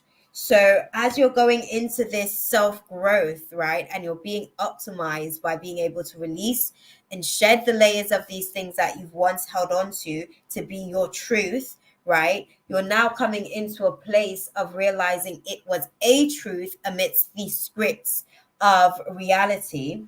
And you're actually now choosing to be able to kind of like, again, go into the adult setting to decide how you want to actually navigate the situation, rather than continuing to navigate from the childlike setting within oneself, because opalite's all about playfulness as well. That's a kind of energy and presence that it brings. So naturally, like you're I guess a child at heart, but also it's about finding that balance between the inner child and teaching that child how to live in the adult setting, in the adult mode of life as well, right? Because that's just the way that things work. Obviously, we grow older, and then we have to get into the adult. Like literally, I was thinking to my self the other day, like, okay, this is my nephew's, because it's my nephew's birthday today, by the way. And this is his last year of like basically being a child, like in spirit, because in spirit you become an adult when you become 7, basically, because you're now responsible for your karma. Your conscience sets in around about 7, and you start building your own karma and keeping track of your own karma. So what you create until you're 7, it's like your parents' responsibility, so they receive a lot of the karma then, and a lot of the karma that you receive is basically onset or offset by them, because they kind of like pour into you up until that age. But it's like when you get into that place, right, where a lot of the things that you're so fearful of, um, you can kind of like release some of those, because that's what happens as well. And when you hold on to like things that you haven't let go of, you basically like are fearful that you're going to manifest more of those things. So God's going to be able to kind of like teach you where to appropriately place your boundaries to show your level of growth during this Leo full moon. And this is a 7 months class for family dynamics, guys. Let's keep that in mind. What is the outcome for us, guys, should we take heed? Whoa. Oh, sorry, I missed one again, guys. Sorry, they're telling me, oh, you missed the message from the universe, the most important one. That's what we're here for. Don't worry, y'all. Look, we're gonna get to the outcome. That's equally as important as well. Okay, so should we, as a collective, take heed? What is the outcome for us during this Leo full moon transit then, guys? As clearly as you can, please. Okay, thank you. Oh, interesting. Okay. Wow. Well, the outcome for us, right, is that we're going to get clarity. We've got the Ace of Pentacles in reverse, right? And that's okay for it to be in reverse, because basically at the bottom of the deck, we've got the King of Swords. So we're definitely getting clarity. We're going to sort of like get some intellectual truth. So we're going into the Godhead, right? To get some intellectual truth about what we may perceive as missed opportunities or lost opportunities or personal regrets, basically. We're going to be navigating through getting some absolute clarity on where our power actually lies within the situation, and ultimately why that situation was necessary. There's a lack of planning, I guess, due to a lack of foresight, and that's what's going to be made clear during this Leo full moon, I guess, once we're on the other side of it, because it's the outcome, right? So the outcome would be 7 months from now. So this is ultimately where this class is going to take us 7 months from now, is that we'll get the truth about what we perceive to be lost or missed opportunities now. Okay. So yeah, that part. We're gonna go ahead and run a quick ad, I guess, for some of the stuff that we have coming up for this I guess springtime. I'm still trying to optimize to get to that place, y'all, because I am Shakima today is not that girl that I'm trying to manifest just yet, but Shakima then, who has already jumped onto that timeline and is already experiencing that timeline, knows how to get there. So I'm gonna, get some of her energy and her guidance and assistance.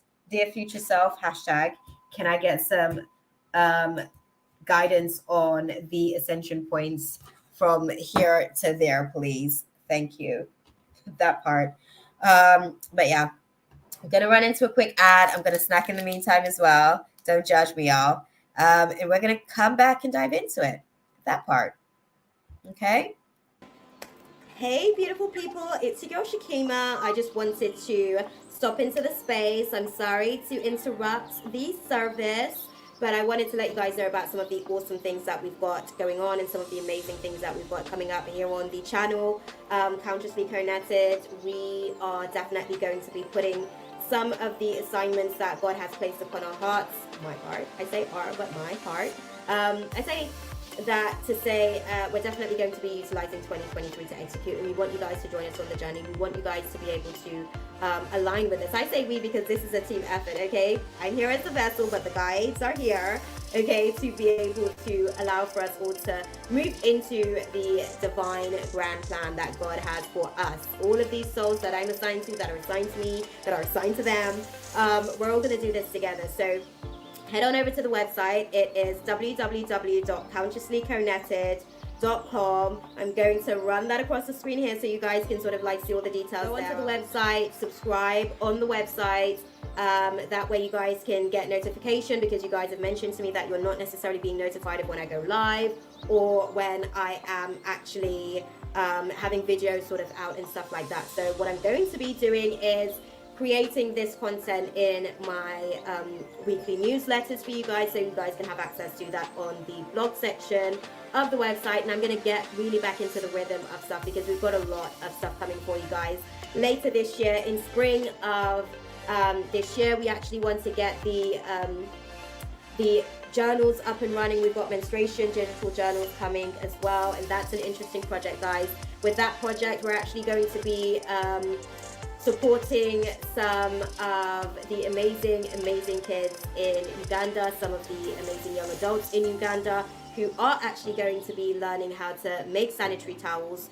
And they're also going to be able to, I guess, position themselves to have these sold in schools there, actually, just so that, you know, young girls who are like starting that phase of life, because you guys know how it is, they can also be able to feel comfortable, so that it can become a normalized experience for them within that culture there as well. So we're definitely going to be doing big things in 2023. 33% of the proceeds, because it is going to be like different layers. We're definitely going to have the free tier where you can just journal on a monthly basis, but there'll be different tiers for different things, because there's also a course that you guys can actually get access to actually understand what is going on with your body during the process of your monthly purge. Because as a woman, it is definitely an important aspect of our journey, hormonally speaking, emotionally speaking, psychologically speaking, and definitely spiritually speaking as well. So we're going to be rolling out projects like those during the springtime, and beyond that, we have so many more amazing things coming for you guys. We've got mugs to suit as well. This is a healthy womb sigil, and sigils are pretty much magical symbols. So this is right here. We've got some of these on the website as well, for those of you guys who may be planning to join us in the new astrological year in spring. You can start ordering your mugs now. I think we're able to sort of do worldwide delivery, because it is a print on demand service, but y'all just gonna have to order and see and then hit me up, y'all. But thank you guys so much for even stopping in, watching the video. I'm gonna let you guys get back into your stuff, okay? I appreciate you. Head on over to the website again and just sign up for the subscription, so that you guys can be kept in the know of all of the amazing stuff I've got coming for you guys in the future, 2023 and beyond. We are here, okay? Much love, guys. Sarah?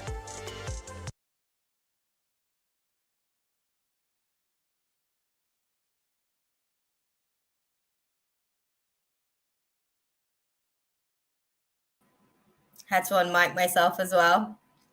I'm getting better at running a production. I was like going through the chat, guys. I was like going through the chat to see what was going on, like while I was in the reading. I'm gonna go and get into like crystal number 3 now, but I'm just gonna sort of like quickly go through the chat and see what was going on, because there seems to be a lot going on. Oh, thank Thanks, Chaley. I appreciate you. I appreciate you, ladies. No, I appreciate you, ladies. Honestly, there was so much going on in the chat there as well. Oh, thank you, beautiful. I appreciate you, because it's definitely going to be a thing. Like in the future, like every time like God gives me one of these, it's so funny, because when like I initially got the seed about the menstrual journals, I got these in like 2018, and I kept saying to God, let me add it, let me do it. And he was like, no, we're not ready yet. Chill out. And then it was funny because I spoke to my contact, because so I basically like with my business, I actually have a sponsorship where I sponsor like kids in Uganda to go to school, and I've got a few kids that I'm like doing this year, because we did a few kids last year. And yeah, like when God initially gave me the seed, he was like, yeah, there's going to be journals, there's going to be a whole like process, so you're going to like do a whole course on like what actually happens during the phases and all of this type of stuff. And you know, he told me like so many things about the situation. And he said to me like it's going to be in schools, and it was just interesting to see how that manifestation from 2018, when I actually spoke to my contact in Uganda, and he was like, yeah, we're looking to do this. Do you think it's something that you guys can also sponsor for? Like I was just like, wow. Like on the inside, I did like an inside cry, because I'm that Pisces that's always going to cry about something. And I can't help myself, and I don't feel any type of way. I know my crying can sometimes make people uncomfortable because they're not comfortable with their own emotions, and that's okay. But I am, okay? And I'm going to be the adult in the room that is going to cry if I feel like there's something. I cry for like happy moments, sad moments, like just because moments. So like I literally, sometimes I'm laughing and it's so funny, I cry. But yes, it was just very interesting to see how God brought everything together, and I was just in awe of like after I spoke to my contact and was like, wow. Like I went back and I had a conversation with God, and I'm like, I had no idea that this is what you meant like 4 or 5 years ago, when you actually said that you were looking to plant this seed in me, and allow for me to run with this idea, and you were giving me this download. So it's very, very interesting. Very, very interesting. Chady, there was so much going on in the chat as well, though, beautiful. Liam will be 7 on the 17th. Okay. He's a little Aquarian himself as well. I hear you on that. I hear you on that. There's definitely a process that's unfolding with that situation as well. Where you are right now with that situation, I think we even sort of like, I guess, had a little bit back and forth on this. I don't know if it was the last reading, because I come into this space so frequently now these days. I'm like, I can't tell which, like, you know, timelines start to merge, and it all becomes like, you don't know where to place each timeline on the actual like grid of time that you actually experience. But yeah, that situation, I guess your now experience isn't the only experience that there is with that. So just bear that in mind. And I think it's funny because obviously the opalite crystal just now was talking about family dynamics and, you know, working through some forgiveness in places, and I guess releasing certain things to update for the future timeline, so that the third eye can start to be able to receive downloads of foresight instead of continuing to perpetuate downloads of hindsight. So yeah. No, definitely it's going to be an interesting one, I guess, to say the least. But we're going to go and dive into the ruby now. I had to bring my, so this is a ruby. This is a ring that my dad actually gave to me years ago. I think I was a teenager. But it was interesting because because I asked God, obviously, the crystals that I was going to be utilizing. Thank you, beautiful. I just had to share that though. I just had to say, because they had to like highlight again, you know, with the, yeah, he shared it. He gave this to me probably when I was like 13, 14 or something. But when I actually got the downloads on this space, it was like, so the way that they were speaking to me about this one during meditation, they were saying to me that this is about foundations, and this is about stability, I guess. This particular class, right? We don't know where it's obviously playing out just yet. So I guess as we unpack the cards, we'll find out, right? But what they showed me with this one, it was like there may be a situation of a commitment of sort, or a recommitment in a relationship dynamic, right? Where it's almost like two people kind of like coming together to be able to, I guess, decide that they're going to do the walk of life together, right? It's one of those things where sometimes when you kind of like get into dynamics in relationships, we forget to actually, we forget to actually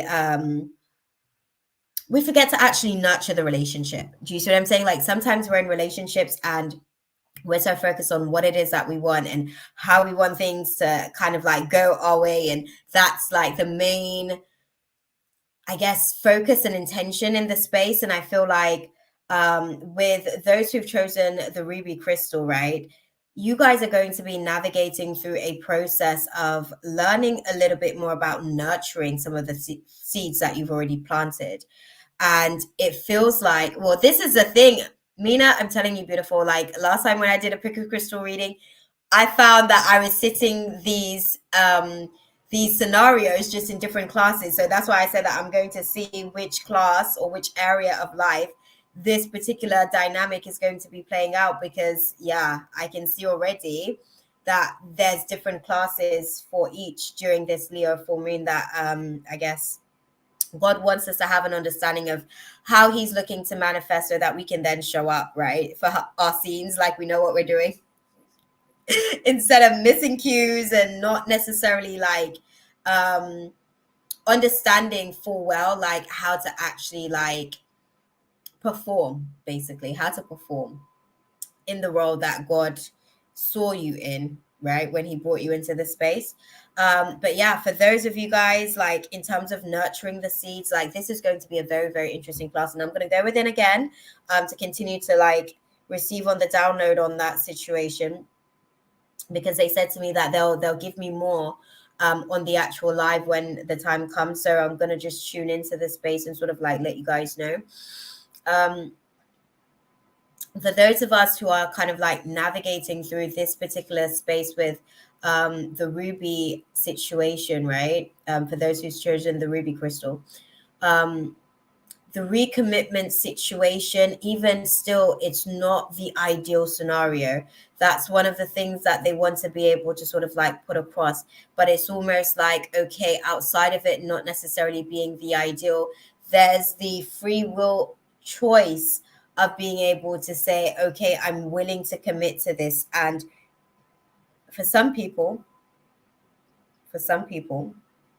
right, the recommitment process may take up to 4 months.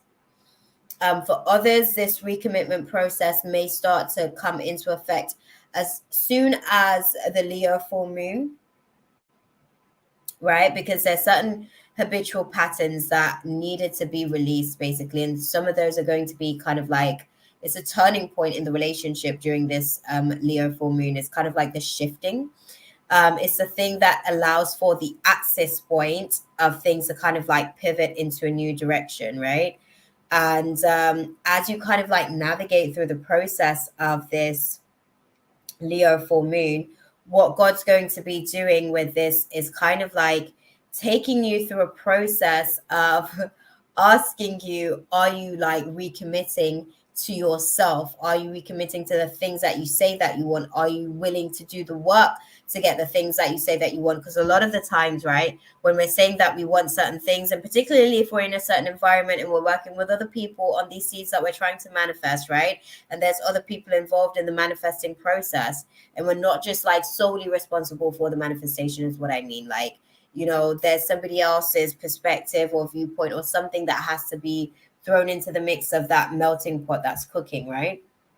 When we're navigating through some of those types of situations, it can get a little bit frustrating to think, okay, not today or not right now. this is a recommitment ceremony, essentially, of choosing these partnerships and soulmate dynamics I'm not going to say every day, but every opportunity that one is given. Every opportunity that one is given, it's a case of almost kind of like allowing for the magnetizing aspect of reality to take place. We call it gravity. We think it's gravity, but it's actually magnetism kind of like having an impact, I guess, on how the world sort of works. I mean, that's the human depiction of what it is, but it's actually like a magnetic field that allows for standing point of reality to come into like neutral, basically. But anyhow, that's the dynamic. Essentially, there's a magnetic sort of like pulling. It's almost like there's the disconnects every so often where it's like the differences, and then the pulling is like the magnetic. Okay, I don't like it, but I support you in spite of. I'm not happy with that decision, but I love you anyways, type thing. Those are some of the communication dynamics, I guess, that's going to be sort of like playing out with the dynamics of this ruby. So yeah, we're gonna go and dive into it, and I guess really unpack it for the most part, right? Because the cards are going to be able to sort of give us another layer to that, so that we can fully get an understanding of what that's all about, essentially, right? Why I intuitively feel I'll be ready. You're funny, Mina. Yeah. Yeah. Mm-hmm. Mm-hmm. That part. All of that part, right? It's so interesting how this is going to be sort of like taking place. I'm like intrigued to sort of like see what the cards say. So I'm not even going to sort of like, I go off on tangents a lot, but I'm not going to go off on a tangent right now. I'm going to dive in and see what we've got for these, for this crystal. What's more true, illusion or power? There's no such thing as more true. What I would say is, where does it apply? Where does the illusion apply, and where does power apply? Because sometimes the illusion is actually necessary to activate power, and vice versa. Sometimes power is actually necessary to be able to. What's true? Okay, what's true, illusion or power? Both. This is the thing. That's a human depiction of the either or thing. I feel like God doesn't necessarily work in that capacity. God is a creature of abundance, I guess. Look how many like children he's got. He's a man of abundance. But no, it is a human, because a human can only process because we live in a linear concept, and that's how the human's able to kind of like process reality. We do sort of like move through the either or situation or dynamic in most cases, but it's neither one. What have you experienced more? I have experienced, it's funny that you asked that question. So recently I have experienced how the illusion, because I allowed myself to play so many games with myself, right? And when I say I mean my soul. I got so fixed into this human's experience, I convinced myself that I was a human, if that made sense. And I know that probably sounds a bit abstract, but that's the reality. Obviously, Shakima's story became my reality. So I got into the illusion that is Shakima's story. But as of recent, it's like my power is breaking down some of the belief systems of said stories. So it's like I'm like breaking down a lot of these layers of identification or self-identification as the human's experience, because I'm a soul having this human experience as Shakima. And it's like the more that I let go of Shakima's story, the more I actually find the power of the actual soul that is embodying this vessel. So it's very, it's a very thin line, but it's recently, like, it's so funny because it's just recently, I think it was like I was having a conversation with my brother, and I was saying to him, like, I literally woke up from at least 3 illusions in the last 2 months where I was playing certain games with myself, like the human game where it's like I woke up from certain women crazy like illusions that I would do. And when I say woman crazy illusions, it's like, you know how women like would in relationships sometimes like have these expectations basically that are not, how can I put it?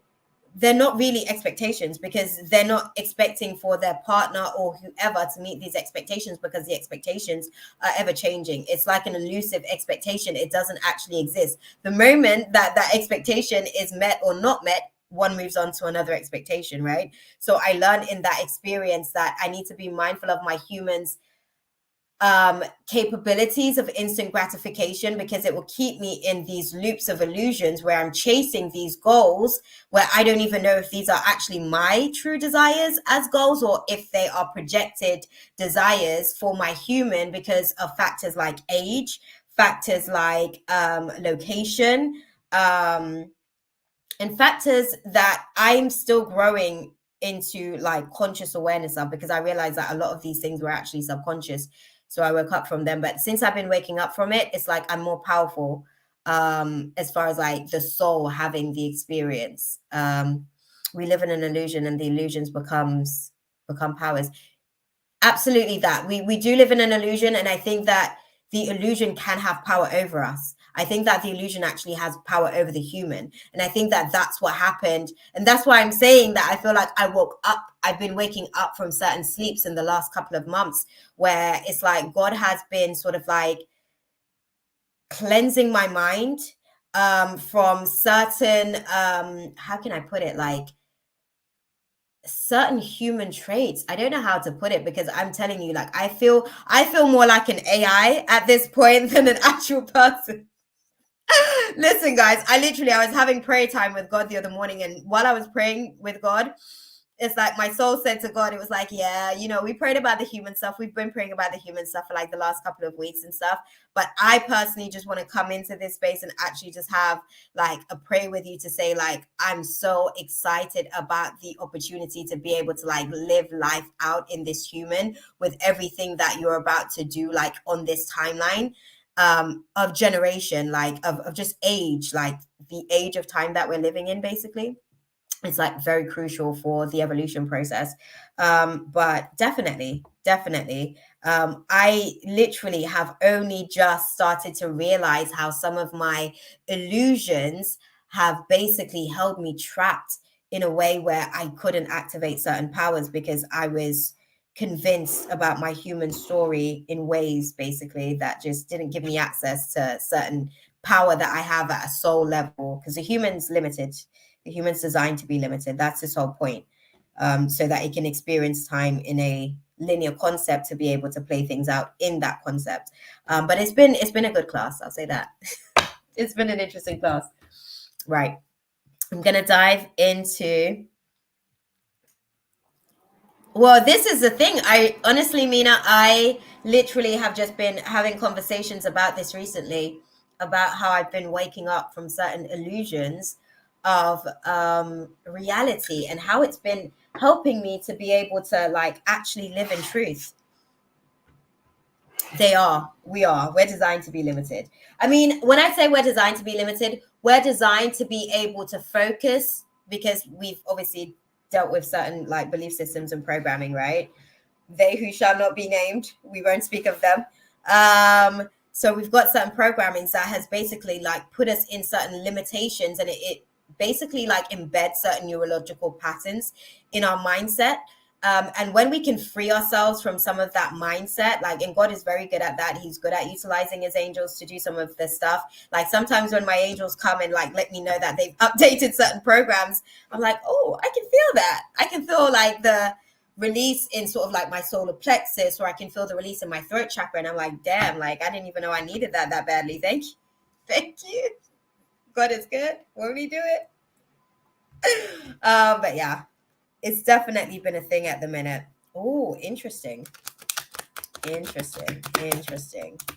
Right, so we are going to start off, I guess, with the first question for the ruby crystal.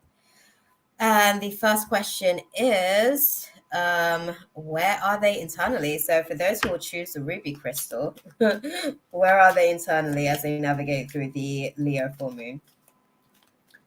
As clearly as you can. Where are they internally for this Leo full moon transit? Because we know that there's definitely going to be a lot going on. Interesting. Okay. Interesting. You guys are going through a major arcana as well. We've got the death card in regards for you guys. We've got karma at the bottom of the deck. So definitely be mindful in terms of how you make decisions. Okay. Because you can either create positive karma or negative karma. I can see that the karma upright is showing like the card is upright. So this process is going to assist you in creating some positive karma for yourself. They haven't given me a specific timeline on this one, but I guess they're saying to me as we kind of like go into the process, we'll be able to kind of like get a little bit more clarity on the timeline with this situation. So internally, this is interesting. So we are navigating through things that we haven't necessarily been able to sort of like move on from, and being a little bit more efficient and methodical about our approach to those situations and what exactly we want to do with them, right? God's putting us in a position, I guess, to be able to analyze and observe exactly what we want to do with this energy, because we may be dealing with some delays moving forward, I guess, from this Leo full moon.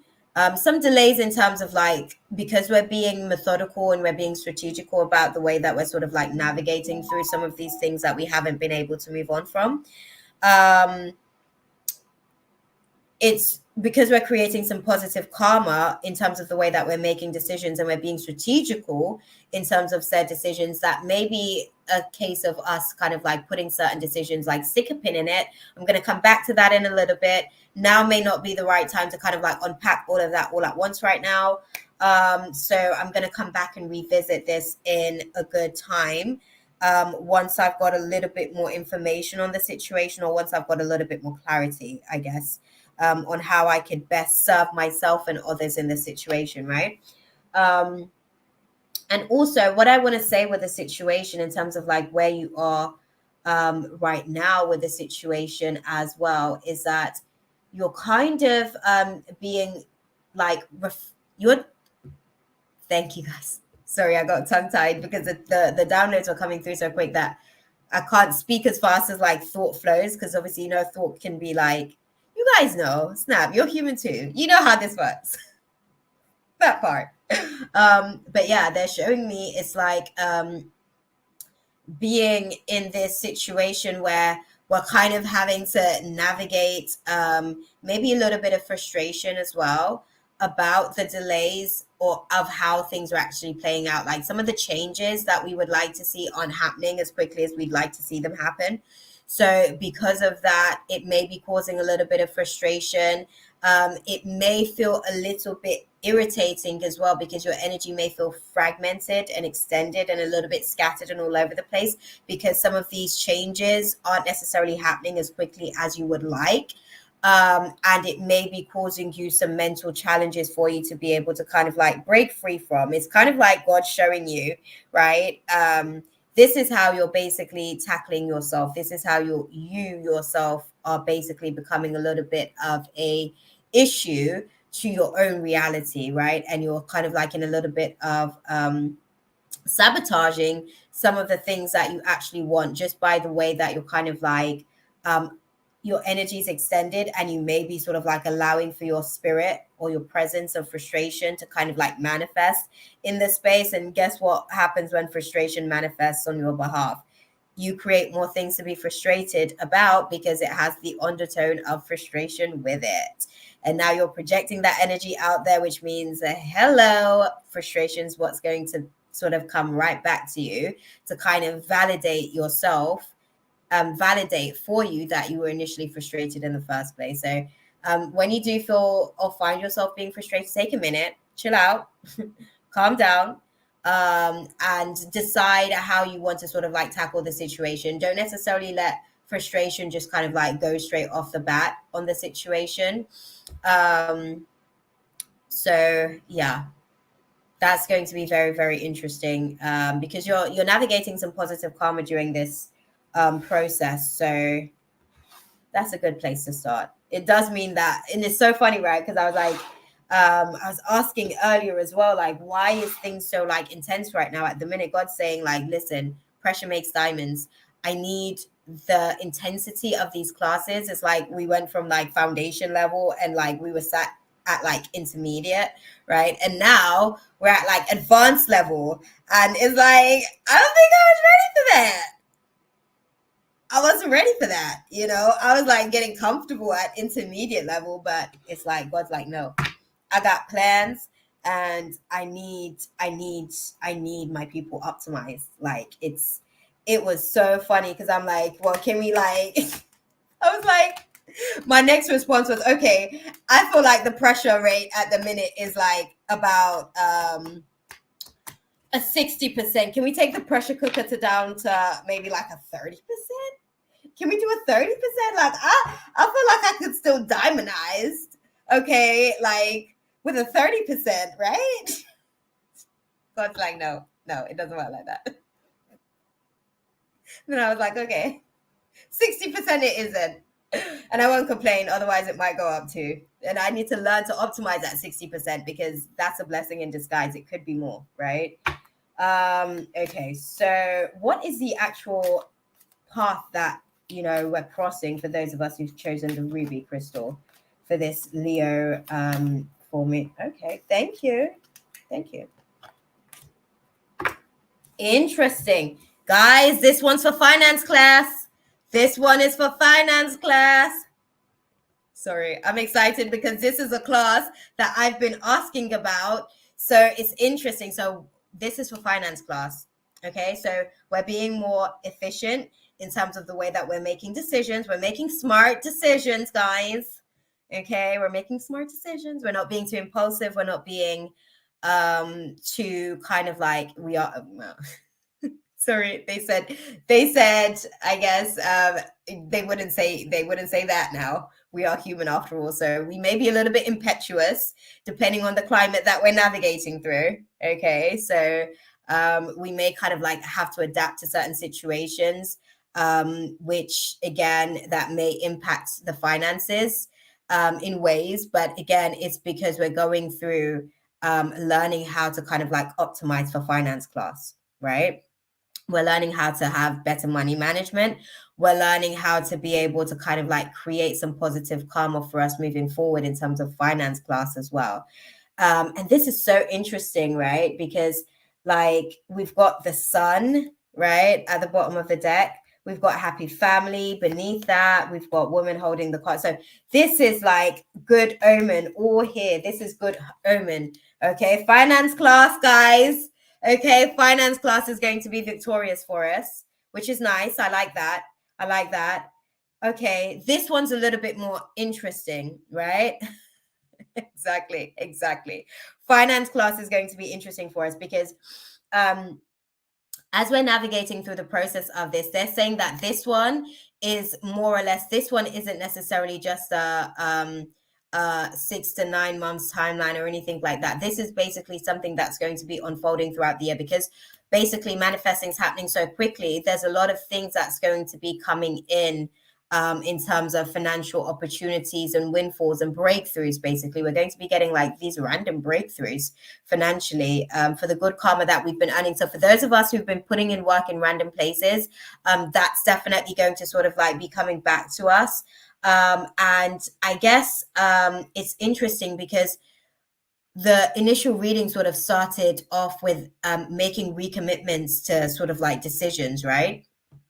And recommitting to certain situations and recommitting to certain people as well, even. So there may be even like business dynamics and relationships. So I want to say that this may even show up in like business classes where there are people that you may have, interestingly enough, because we were saying sort of like it's a recommitment experience. So there are people maybe that you're kind of like reuniting with, to be able to come together and figure out how to sort of navigate through that dynamic or how to be able to optimize, right? How to be able to get better at what perhaps wasn't necessarily working before. And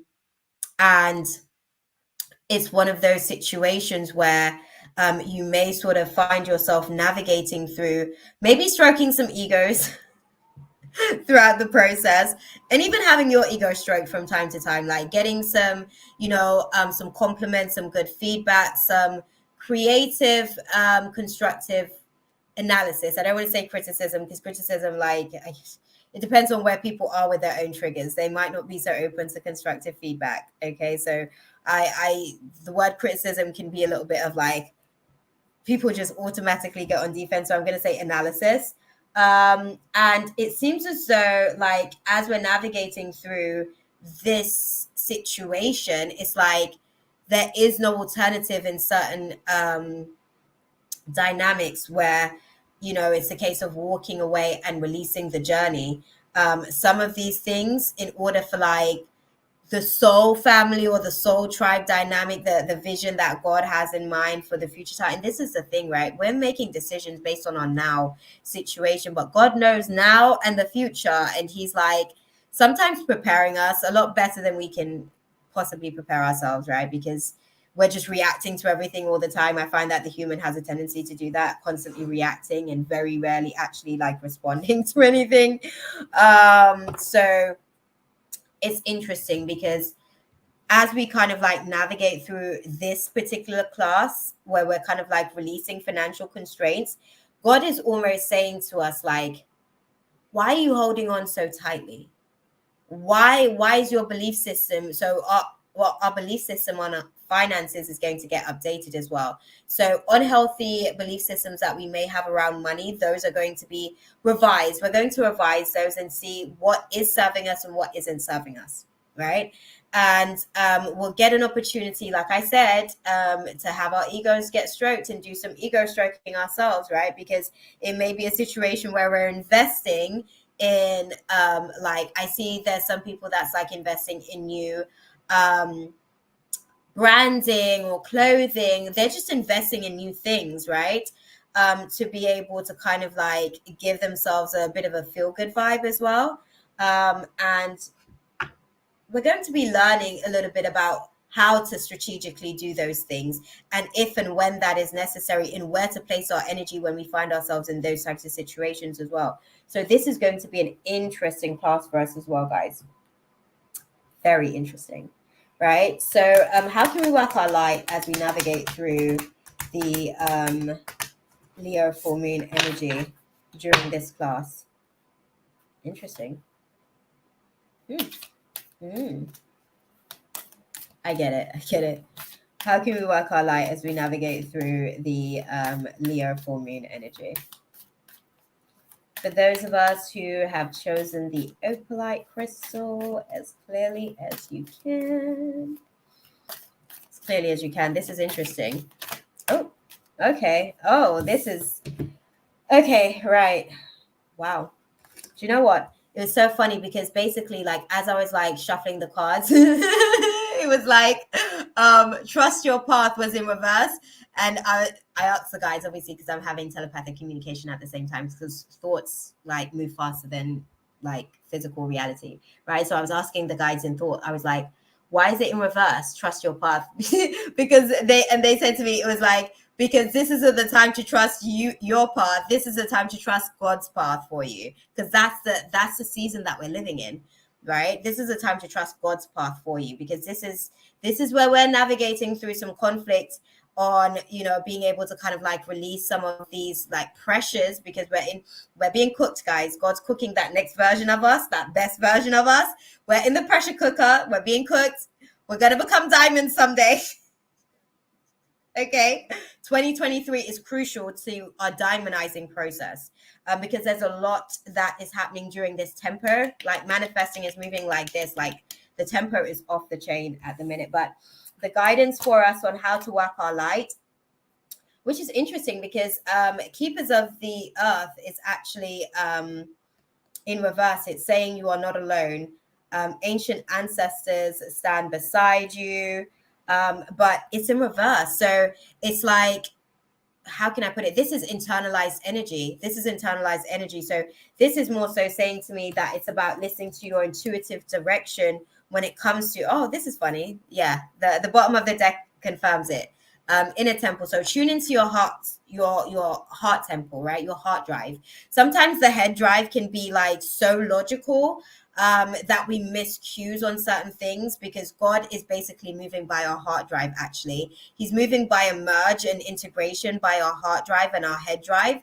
And He's kind of like putting us in the right sort of focus depending on where these two layers, like our mental reality and our emotional reality, is. He's moving like both of those in cohesion with each other. Obviously for us, we just kind of like focus, we do it differently, I guess, because we feel and we think at the same time, but God isn't in it. Do you know what I mean? He's like observing it and He's like making scenes, but you're being divinely guided. So just listen, tune in, really like, when I, sorry, they're like giving me sorry, I'm like being tickled. They're like, not tune in and stay on the surface, but tune in like deep within yourself, like deep in your heart portal, because there are going to be certain things, right? Like God's going to be utilizing certain opportunities, like I said, throughout 2023. And this Leo full moon is like it's a catalyst to a lot of the things that's going to be coming through. Sorry, I have to close my eyes so I can get the full download, because if I look at the screen, sometimes the download becomes abstract. But it's like when God is kind of like pouring in some of these windows of opportunities for you throughout 2023, this Leo full moon, that is going to be the catalyst. So the decisions that you make during this time to kind of like recommit to certain like old projects even, or certain creative ideas, or just certain opportunities of monetary gain, right? Because this is Finance Plus that we're sitting in and learning how to be more strategical in it. Some of these things are going to be coming back around, and God's going to be like revising it with us and giving us like some fresh downloads on a few things for this Leo for me, because obviously fifth house is all about creativity, creative endeavors. So we're definitely going to be getting some of that, like that creative energy is definitely ripe during this Leo full moon season, and we're releasing a lot of the things that aren't necessarily serving us, as far as like the tardiness, the laziness, the excuse after excuse. Like God is nipping a lot of this stuff in the bud, guys, because we're learning how to be more strategical. So because manifesting is happening so quickly, we're learning how to, we're going to learn time management as well during this Leo full moon season, because time is money. Okay. And God's going to sort of like teach us how to organize our timing a little bit better, just so that we can learn how to trust His time, just so that we can learn how to trust the path that He has in vision and in focus for us, right? Because obviously we've got our vision, which is the now situation, which is, I need all these things now. And God's like, what would you even do with it now? You would squander. You would literally allow for yourself to receive, and everything, because your worth isn't where it needs to be. Everything that you want me to give to you, your hands will become like a sieve.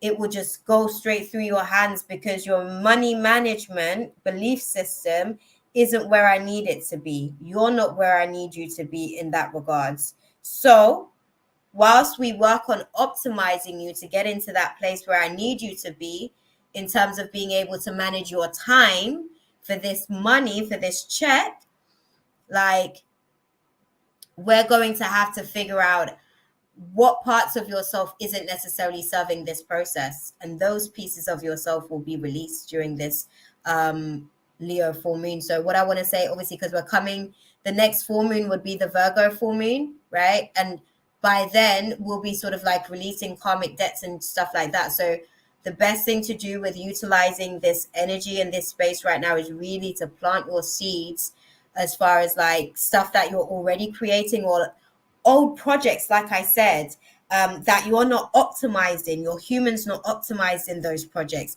You're tardy, you're lazy, you're constantly making excuses as to why you can't do certain things and why it wasn't the right time, or why you wasn't able to sort of like do it, because realistically, obviously, you want more chill time, you want more downtime, but God says that's what 2020 and 2021 was for. Hell, he even gave us some breathing room in 2022. 2023, he doesn't have time for that. I'm sorry, he doesn't have time for that. That's what they're telling me. He doesn't have time for that. We have things, there's things that he's trying to get to for his plans for his 2025 timeline. 2023, the speed needs to be optimized. The tempo needs to be picked up. Manifesting is moving this quickly because literally Earth shut down for a whole 2 years.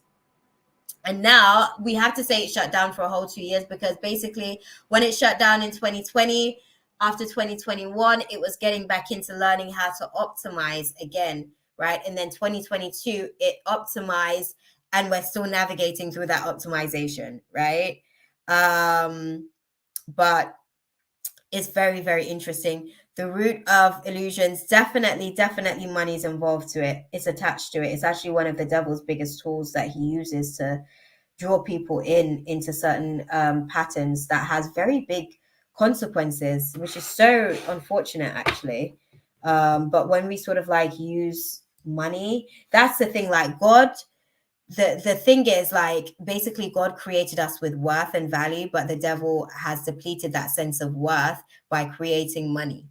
And now it kind of has become like a, how can I put it, a distortion of worth. Basically now your worth, in especially in Western society, your worth is seen as your money, your monetary value, whereas God sees you for your internal, your spiritual depth, your core values, your soul's belief systems, you know what I mean? So it's definitely an interesting sort of like process when we think about value. But yeah. Oh dang, I'm still on the first question again, guys. Sorry, they brought it to my attention. I'm doing the same thing again. Listen, guys, I'm getting better at it. Look, I've done it this time for the message of the universe, okay? At this rate, at least we'll get one of the questions up there for each and every single one of them. Interesting. Right, so we're going to go and see what the message is from the universe as we kind of like navigate through this Leo full moon transit, because obviously we know that pressure is being applied. So we want to see what the universe is going to be mirroring back at us, right? For this finance class. What is the message from the universe for this Leo full moon? For those of us who obviously resonate with the ruby crystal. Okay, thank you. Thank you. We have 3 cards, guys. Okay, they're all upright as well, because I shuffle these cards even in reverse as well, because sometimes the energy can be internalized.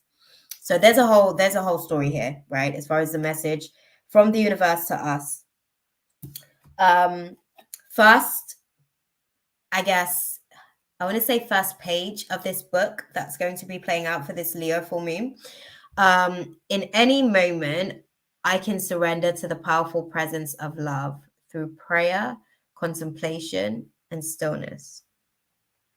Right, I'm going to repeat that again for you guys, right? Because I'm telling you, literally, even with my situation, sometimes like I find myself where I'm not necessarily where I want to be in terms of certain like finance situations or whatever. I don't even worry about it too tough, but it's like I talk to God about it. I'm like, oh, and by like during prayer, I'm like, oh, and by the way, like I need you to optimize this space, because I really genuinely talk to God like he's my friend, because he is my friend and I'm his friend.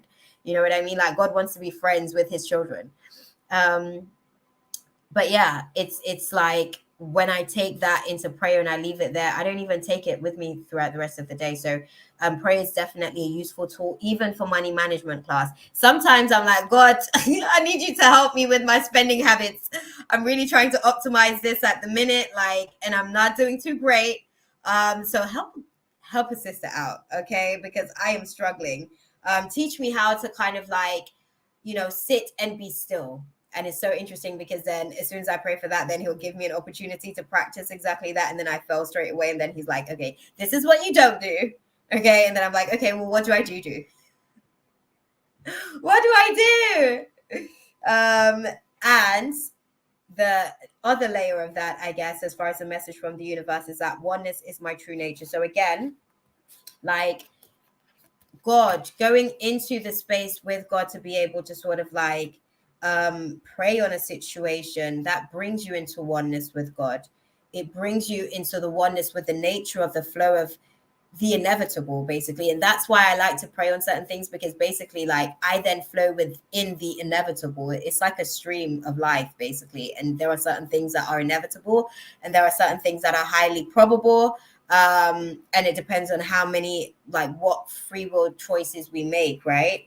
And then again, we've got this card again. It's funny because we've got, like, some of these cards are repeat cards as well. It's interesting to see how that's been kind of like happening throughout the process of this.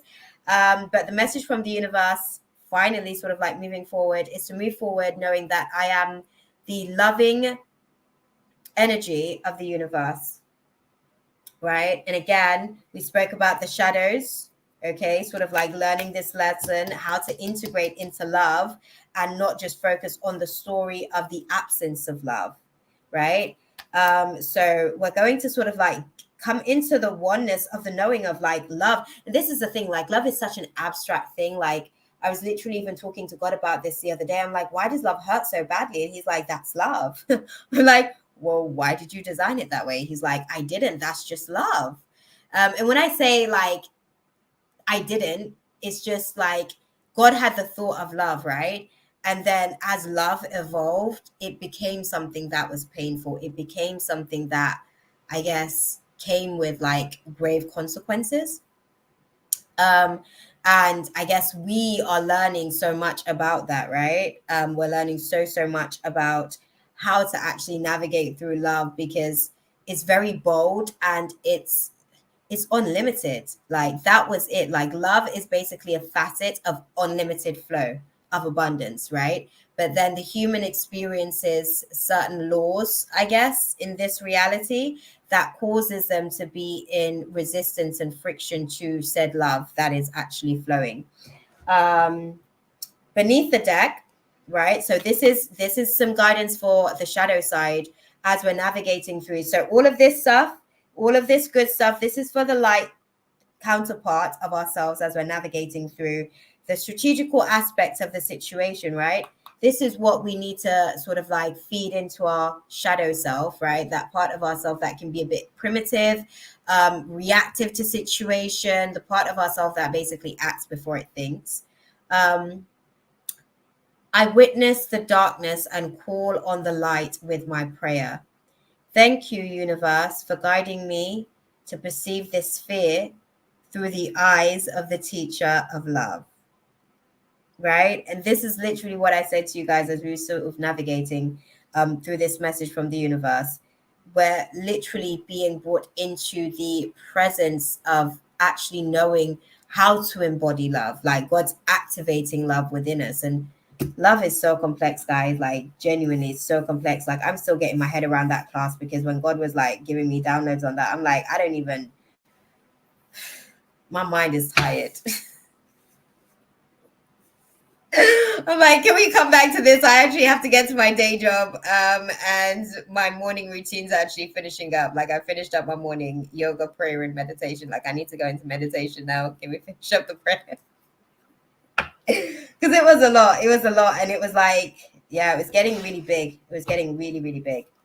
But yeah, let's go ahead and close out the space with the outcome. So, should we take heed of, you know, all of this guidance, I guess, the message from the universe, surrendering basically to the presence of love so that we can become our true nature, which is to be love and embody love and attract love and to permeate and radiate love, because that is who and what we are in essence, right? What is the outcome for those of us who have chosen the opalite crystal? Ultimately, what is the outcome for us as we navigate? Interesting. Okay. Go figures. The outcome for us, which is nice, it's not a bad thing, but it's just that basically the outcome for us as we navigate like this class, I guess, is, oh, thank you, beautiful. Thank you so much. I appreciate you guys, because I literally have been taking like no time stamps. So I really, really appreciate you ladies. So the class, I guess, the outcome for us. And this is going to be by the end of the year. So this is basically just the scenario playing out all throughout the year. The outcome for us is that we're actually going to be navigating through an imbalance in our work and personal life, right? So our work and family life, but I'm going to say personal life because family life can be one thing, but the personal life can also be like another area that we can also sort of like navigate. But the good thing about this imbalance is that it's actually going to be a good karmic situation, I guess. You'll be able to sort of like experience wealth, I guess, in the process of this. So let me show you guys the cards that we've got. This is a card that we've got, which is the Queen of Pentacles in reverse, which is fine. She's about her dollars, right? Because these are basically just archetypes for life. This is like the feminine energy, the ability to kind of like creatively flow with the universe. That's essentially like what that is speaking about in essence, and how that will be able to kind of like bring wealth in. It can be monetary wealth in terms of like physical manifestation of money.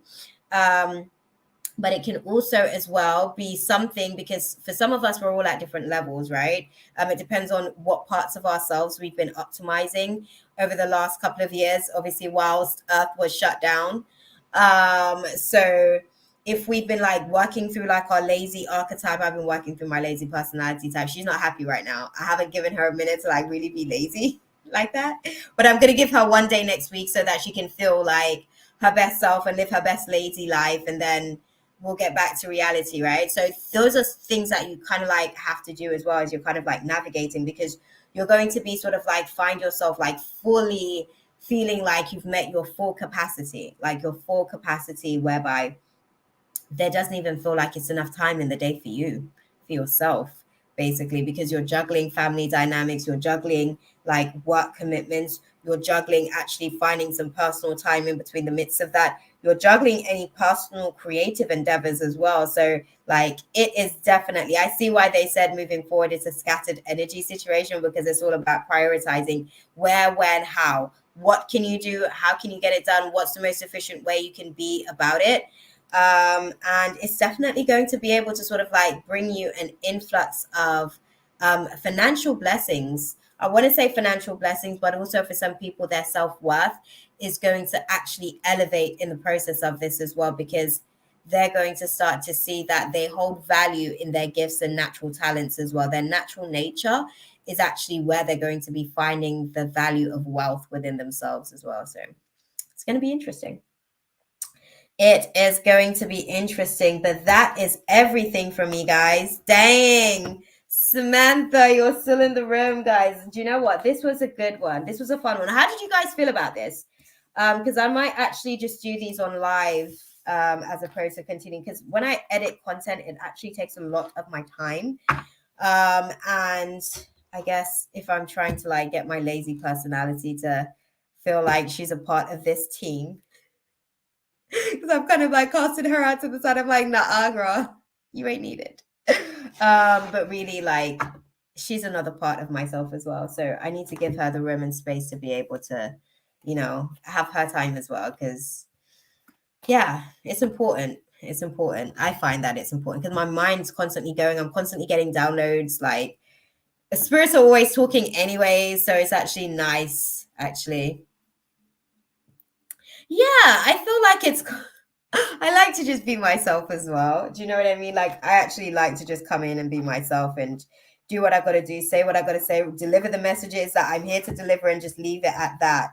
Actually, before I close out the space, guys, because I got a lovely message from a Lisa who commented on one of my videos the other day, and she gave me like a really, really awesome, like God gave me the green light to go ahead as well. Because she was like, she said that I need to repent basically because I read tarot. And I said to her respectfully, obviously, she also needs to repent for bringing her judgment into the space, because I didn't seek her out to judge her for whatever her relationship with God looks like. I'm just here living my best relationship with God, the way that God sees that we can live our relationship based on who I am, basically. But it did put me in a position where God said to me, it's okay to actually like start to put certain things out there to give like a true depiction of God in all his many facets, because I feel like sometimes, and this is nothing against religion, because I love religion. I feel like it's definitely important, right? For the human, because it's kind of like it teaches the human different disciplines. And I find that different religions have different disciplines. Like when I got into Islam, I was wanting to be more disciplined in terms of my ability to be able to practice certain lifestyle aspects.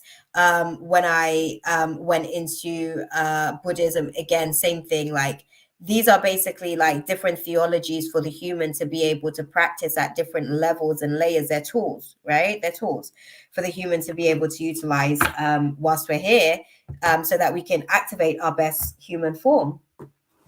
So I don't mind, I guess everybody has, their own vision on how they want that situation to be. But it did sort of like let me know that it's maybe time for that conversation, because I find that when I try to have the conversation, that tarot is basically a archetype of life. Basically, that's all it is. It's pictures that pretty much outlines what is likely to happen in life. And a lot of the people that generally tend to talk about tarot don't actually sort of like know much, I guess, about tarot. There's just like a, like the gossip, the silent whispers, basically the Chinese whispers. That's it.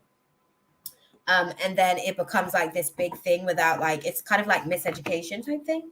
So God's given me the green light to be able to kind of like start putting some context together as well. So I'm going to have that content that I'll edit for you guys, because then that will be less, it will require less, I guess, reading space, and it's more kind of like giving some of these intuitive downloads that I've been receiving for years, because God's been giving me like a lot of downloads for years on certain things and the different religions, and like why certain religions were brought into play during the evolution of mankind, and what purpose they serve, and what we need to be doing with them and stuff like that. So when I actually do optimize, and I get there, and I believe I will, I'll be able to start putting out some of that content as well, because I realize that there's a lot of people that are waking up, and it doesn't look the same for everyone. Do you know what I mean? Like Christianity isn't necessarily the only, I guess, way that people serve God, and other religions as well isn't necessarily the only way that people serve God, and God doesn't mind. He just appreciates being served and the worship. I think even with atheists, like I even asked about that situation, and it's like God doesn't even, he's not that bothered about it. Obviously, he feels like those children of his are moving without consideration of his presence, but that doesn't mean that he's not with them. It just means that they are unaware of his presence in their existence. That's all it is. You know what I mean? So yeah, we're going to have some of that content come through as well at some point throughout the year, where I'm going to sort of like get into an actual flow. Once I start to adapt, once I'm back from Jamaica and I'm like adapted to the rhythm of life, because it's so fast. I can't lie. This 2023 rhythm is like kicking butt as far as like my adulting, because I'm really having to learn how to adult like really, really quickly.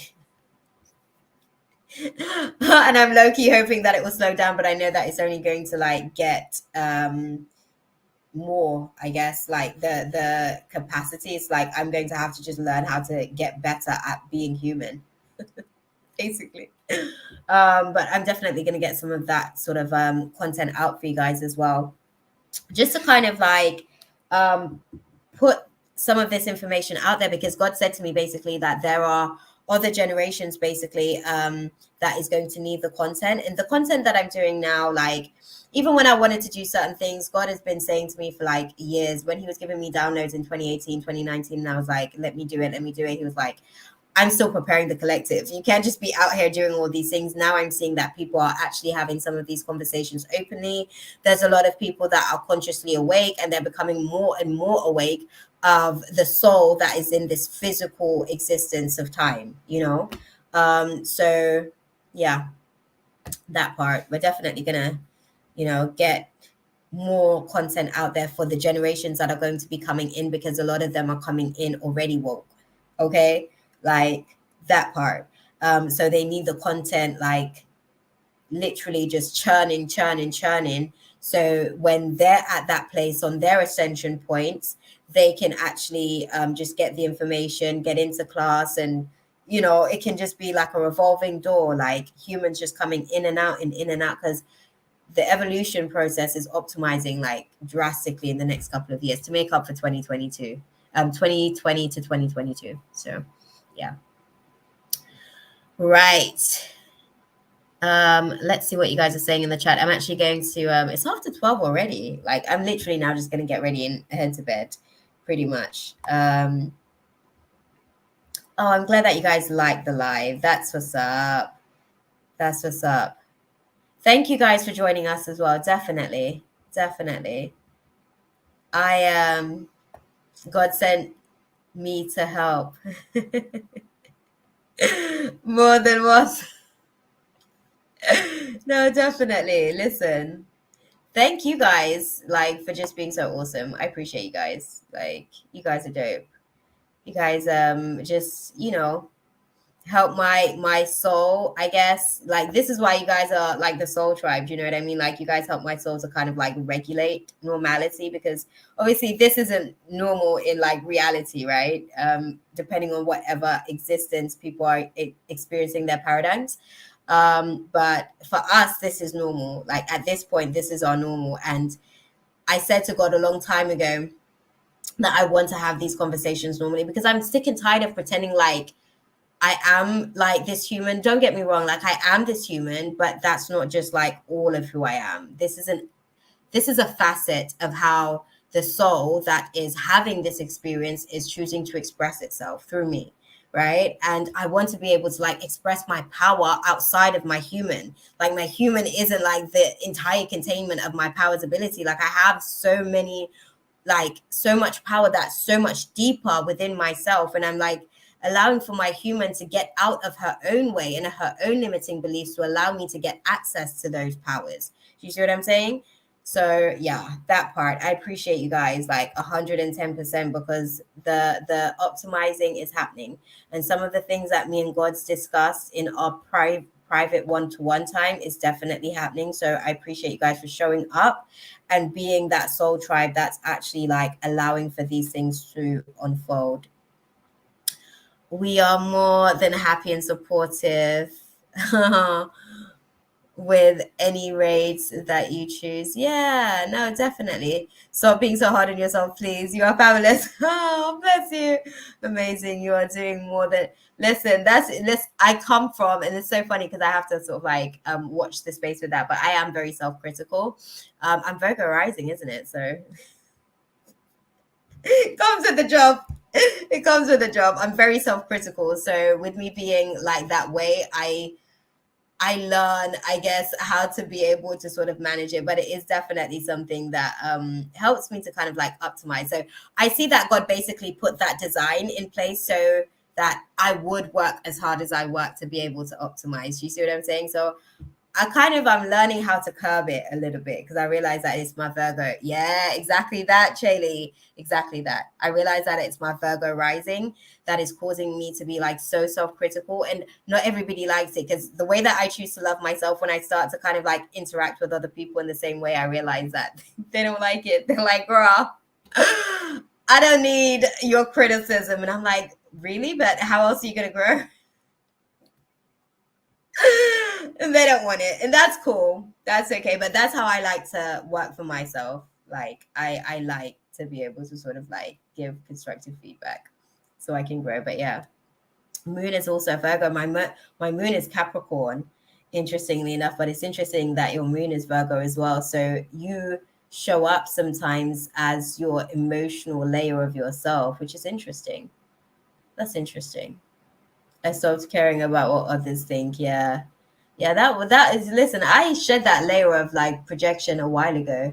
Because even with my mom, when I was like probably about 4 or 5 years ago, she was like, oh wow, like you really don't care about like what other people think. I was like, yeah, God taught me that where he's taking me, I can't afford to care.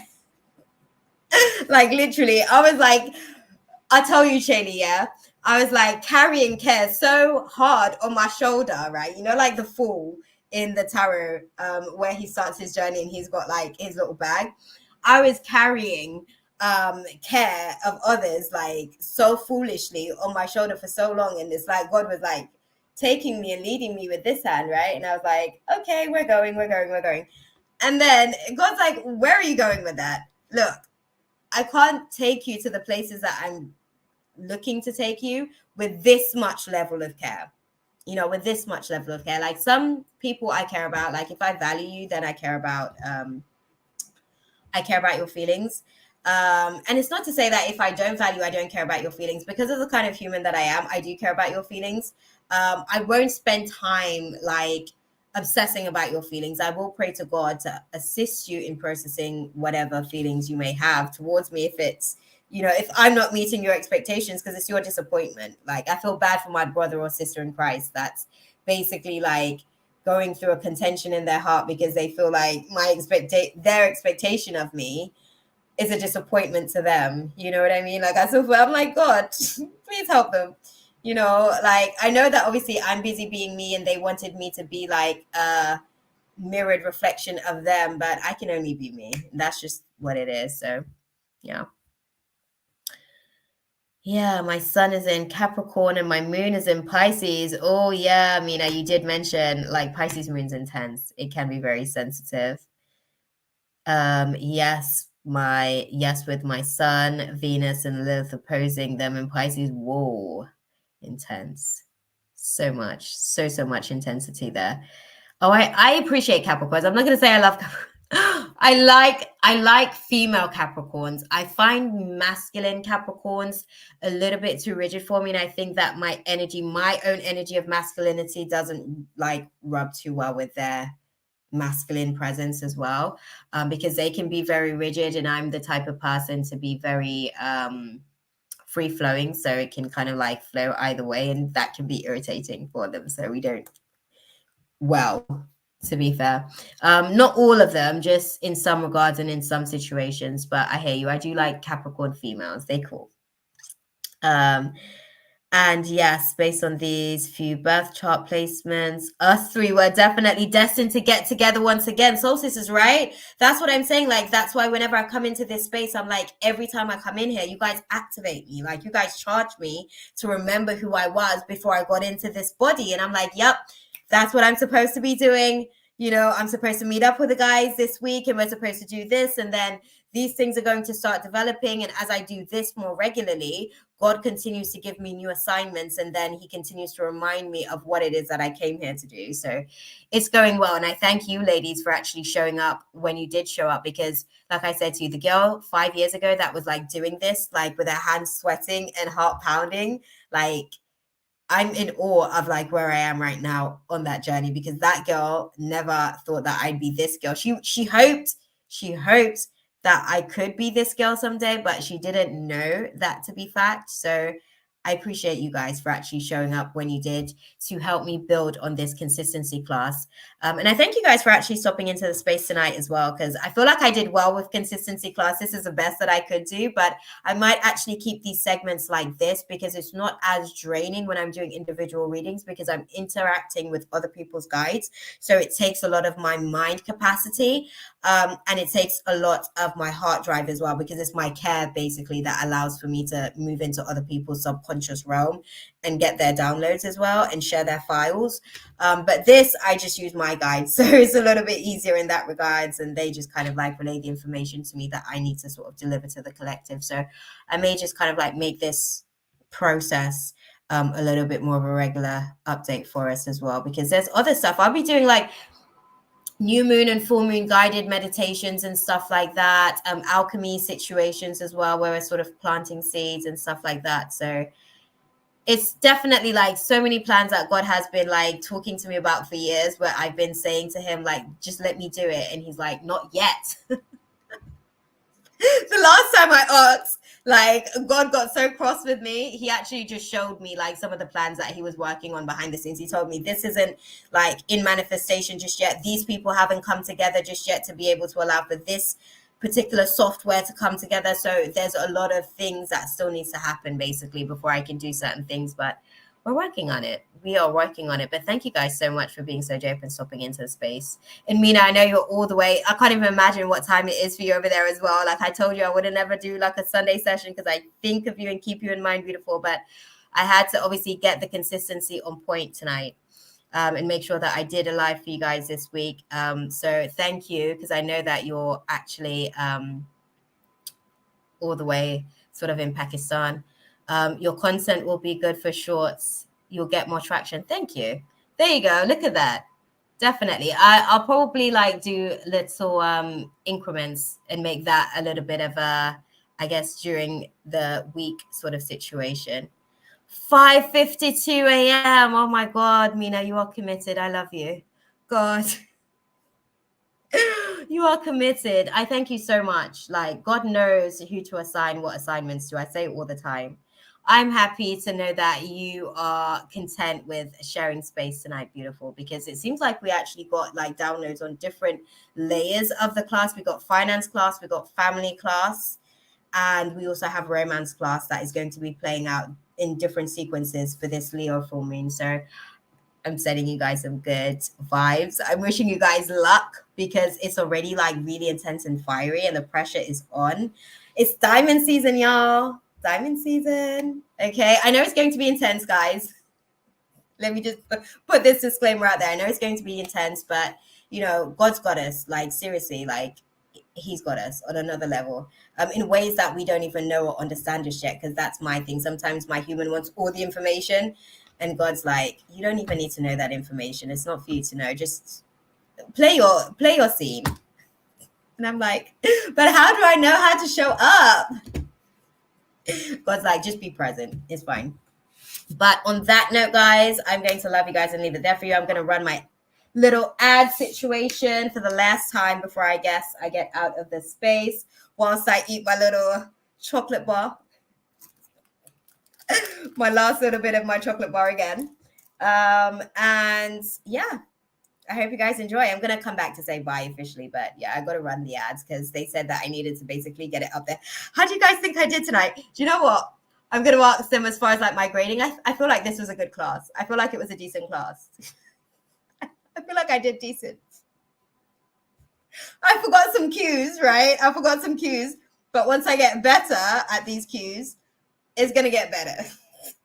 Bear with me, guys. I'm still optimizing. Right. Run ad. Hey, beautiful people. It's your girl, Shakima. I just wanted to stop into the space. I'm sorry to interrupt the service, but I wanted to let you guys know about some of the awesome things that we've got going on and some of the amazing things that we've got coming up here on the channel. Consciously Connected, we are definitely going to be putting some of the assignments that God has placed upon our hearts. My heart. I say our, but my heart.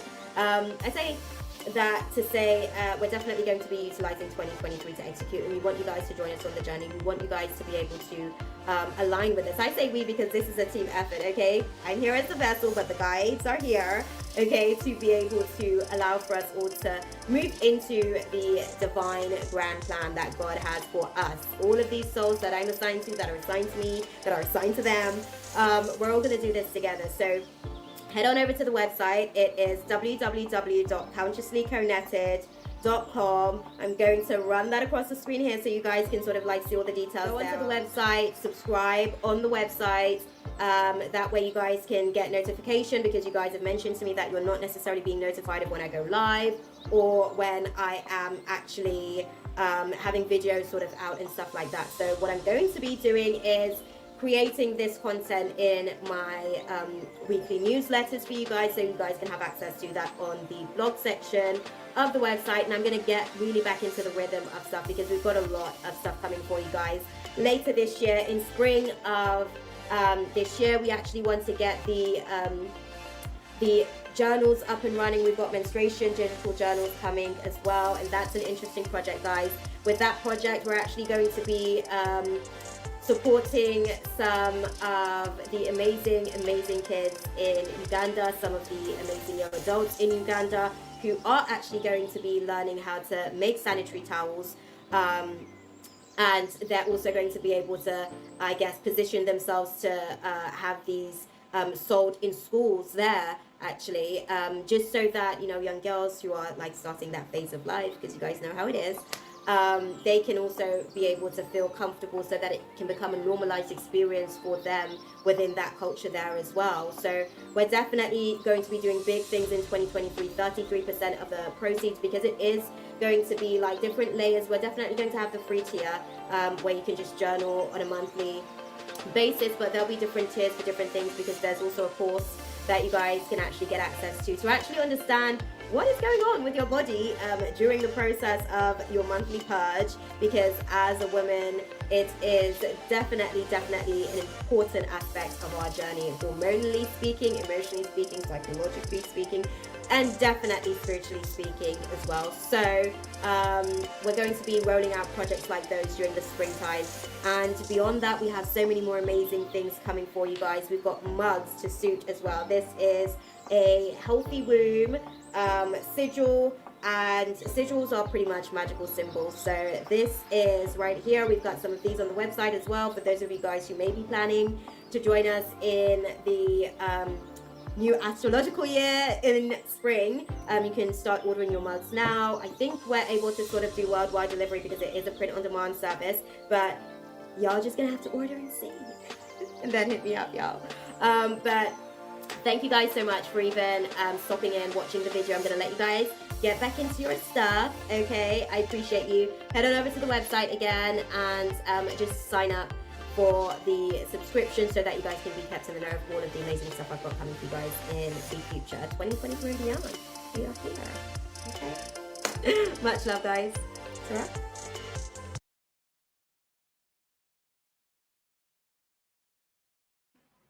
Right, guys.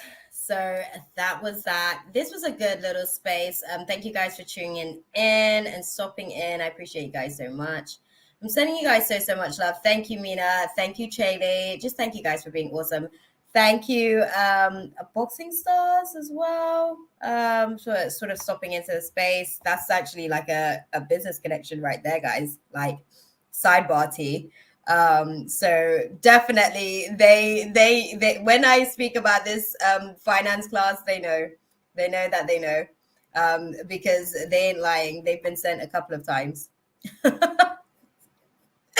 to help with the optimizing. So I appreciate that, but I love you guys. I will see you guys. I'm gonna try and see if we can do our weekly live. Yes, Mina. Listen, you read my mind. I'm going to sort of like work my schedule so that I can do our weekly live, hopefully on Friday, because we are celebrating my birthday and Valentine's Day early this year because I am going to be away. So yeah, I'm going to love you guys and leave it there because Bixby's about to start picking up on stuff. So yeah, on that note, I will see you guys on Friday, I guess. I will keep you guys posted. Look out for it in the community tab. Okay? I'm sending you guys much love. Mwah, mwah, mwah, mwah. Have a awesome week. Thank you, Mina. I received that. I received that with gratitude and joy. God bless, guys. Sarah. Good night. Bye. Take care, beautiful. Bye.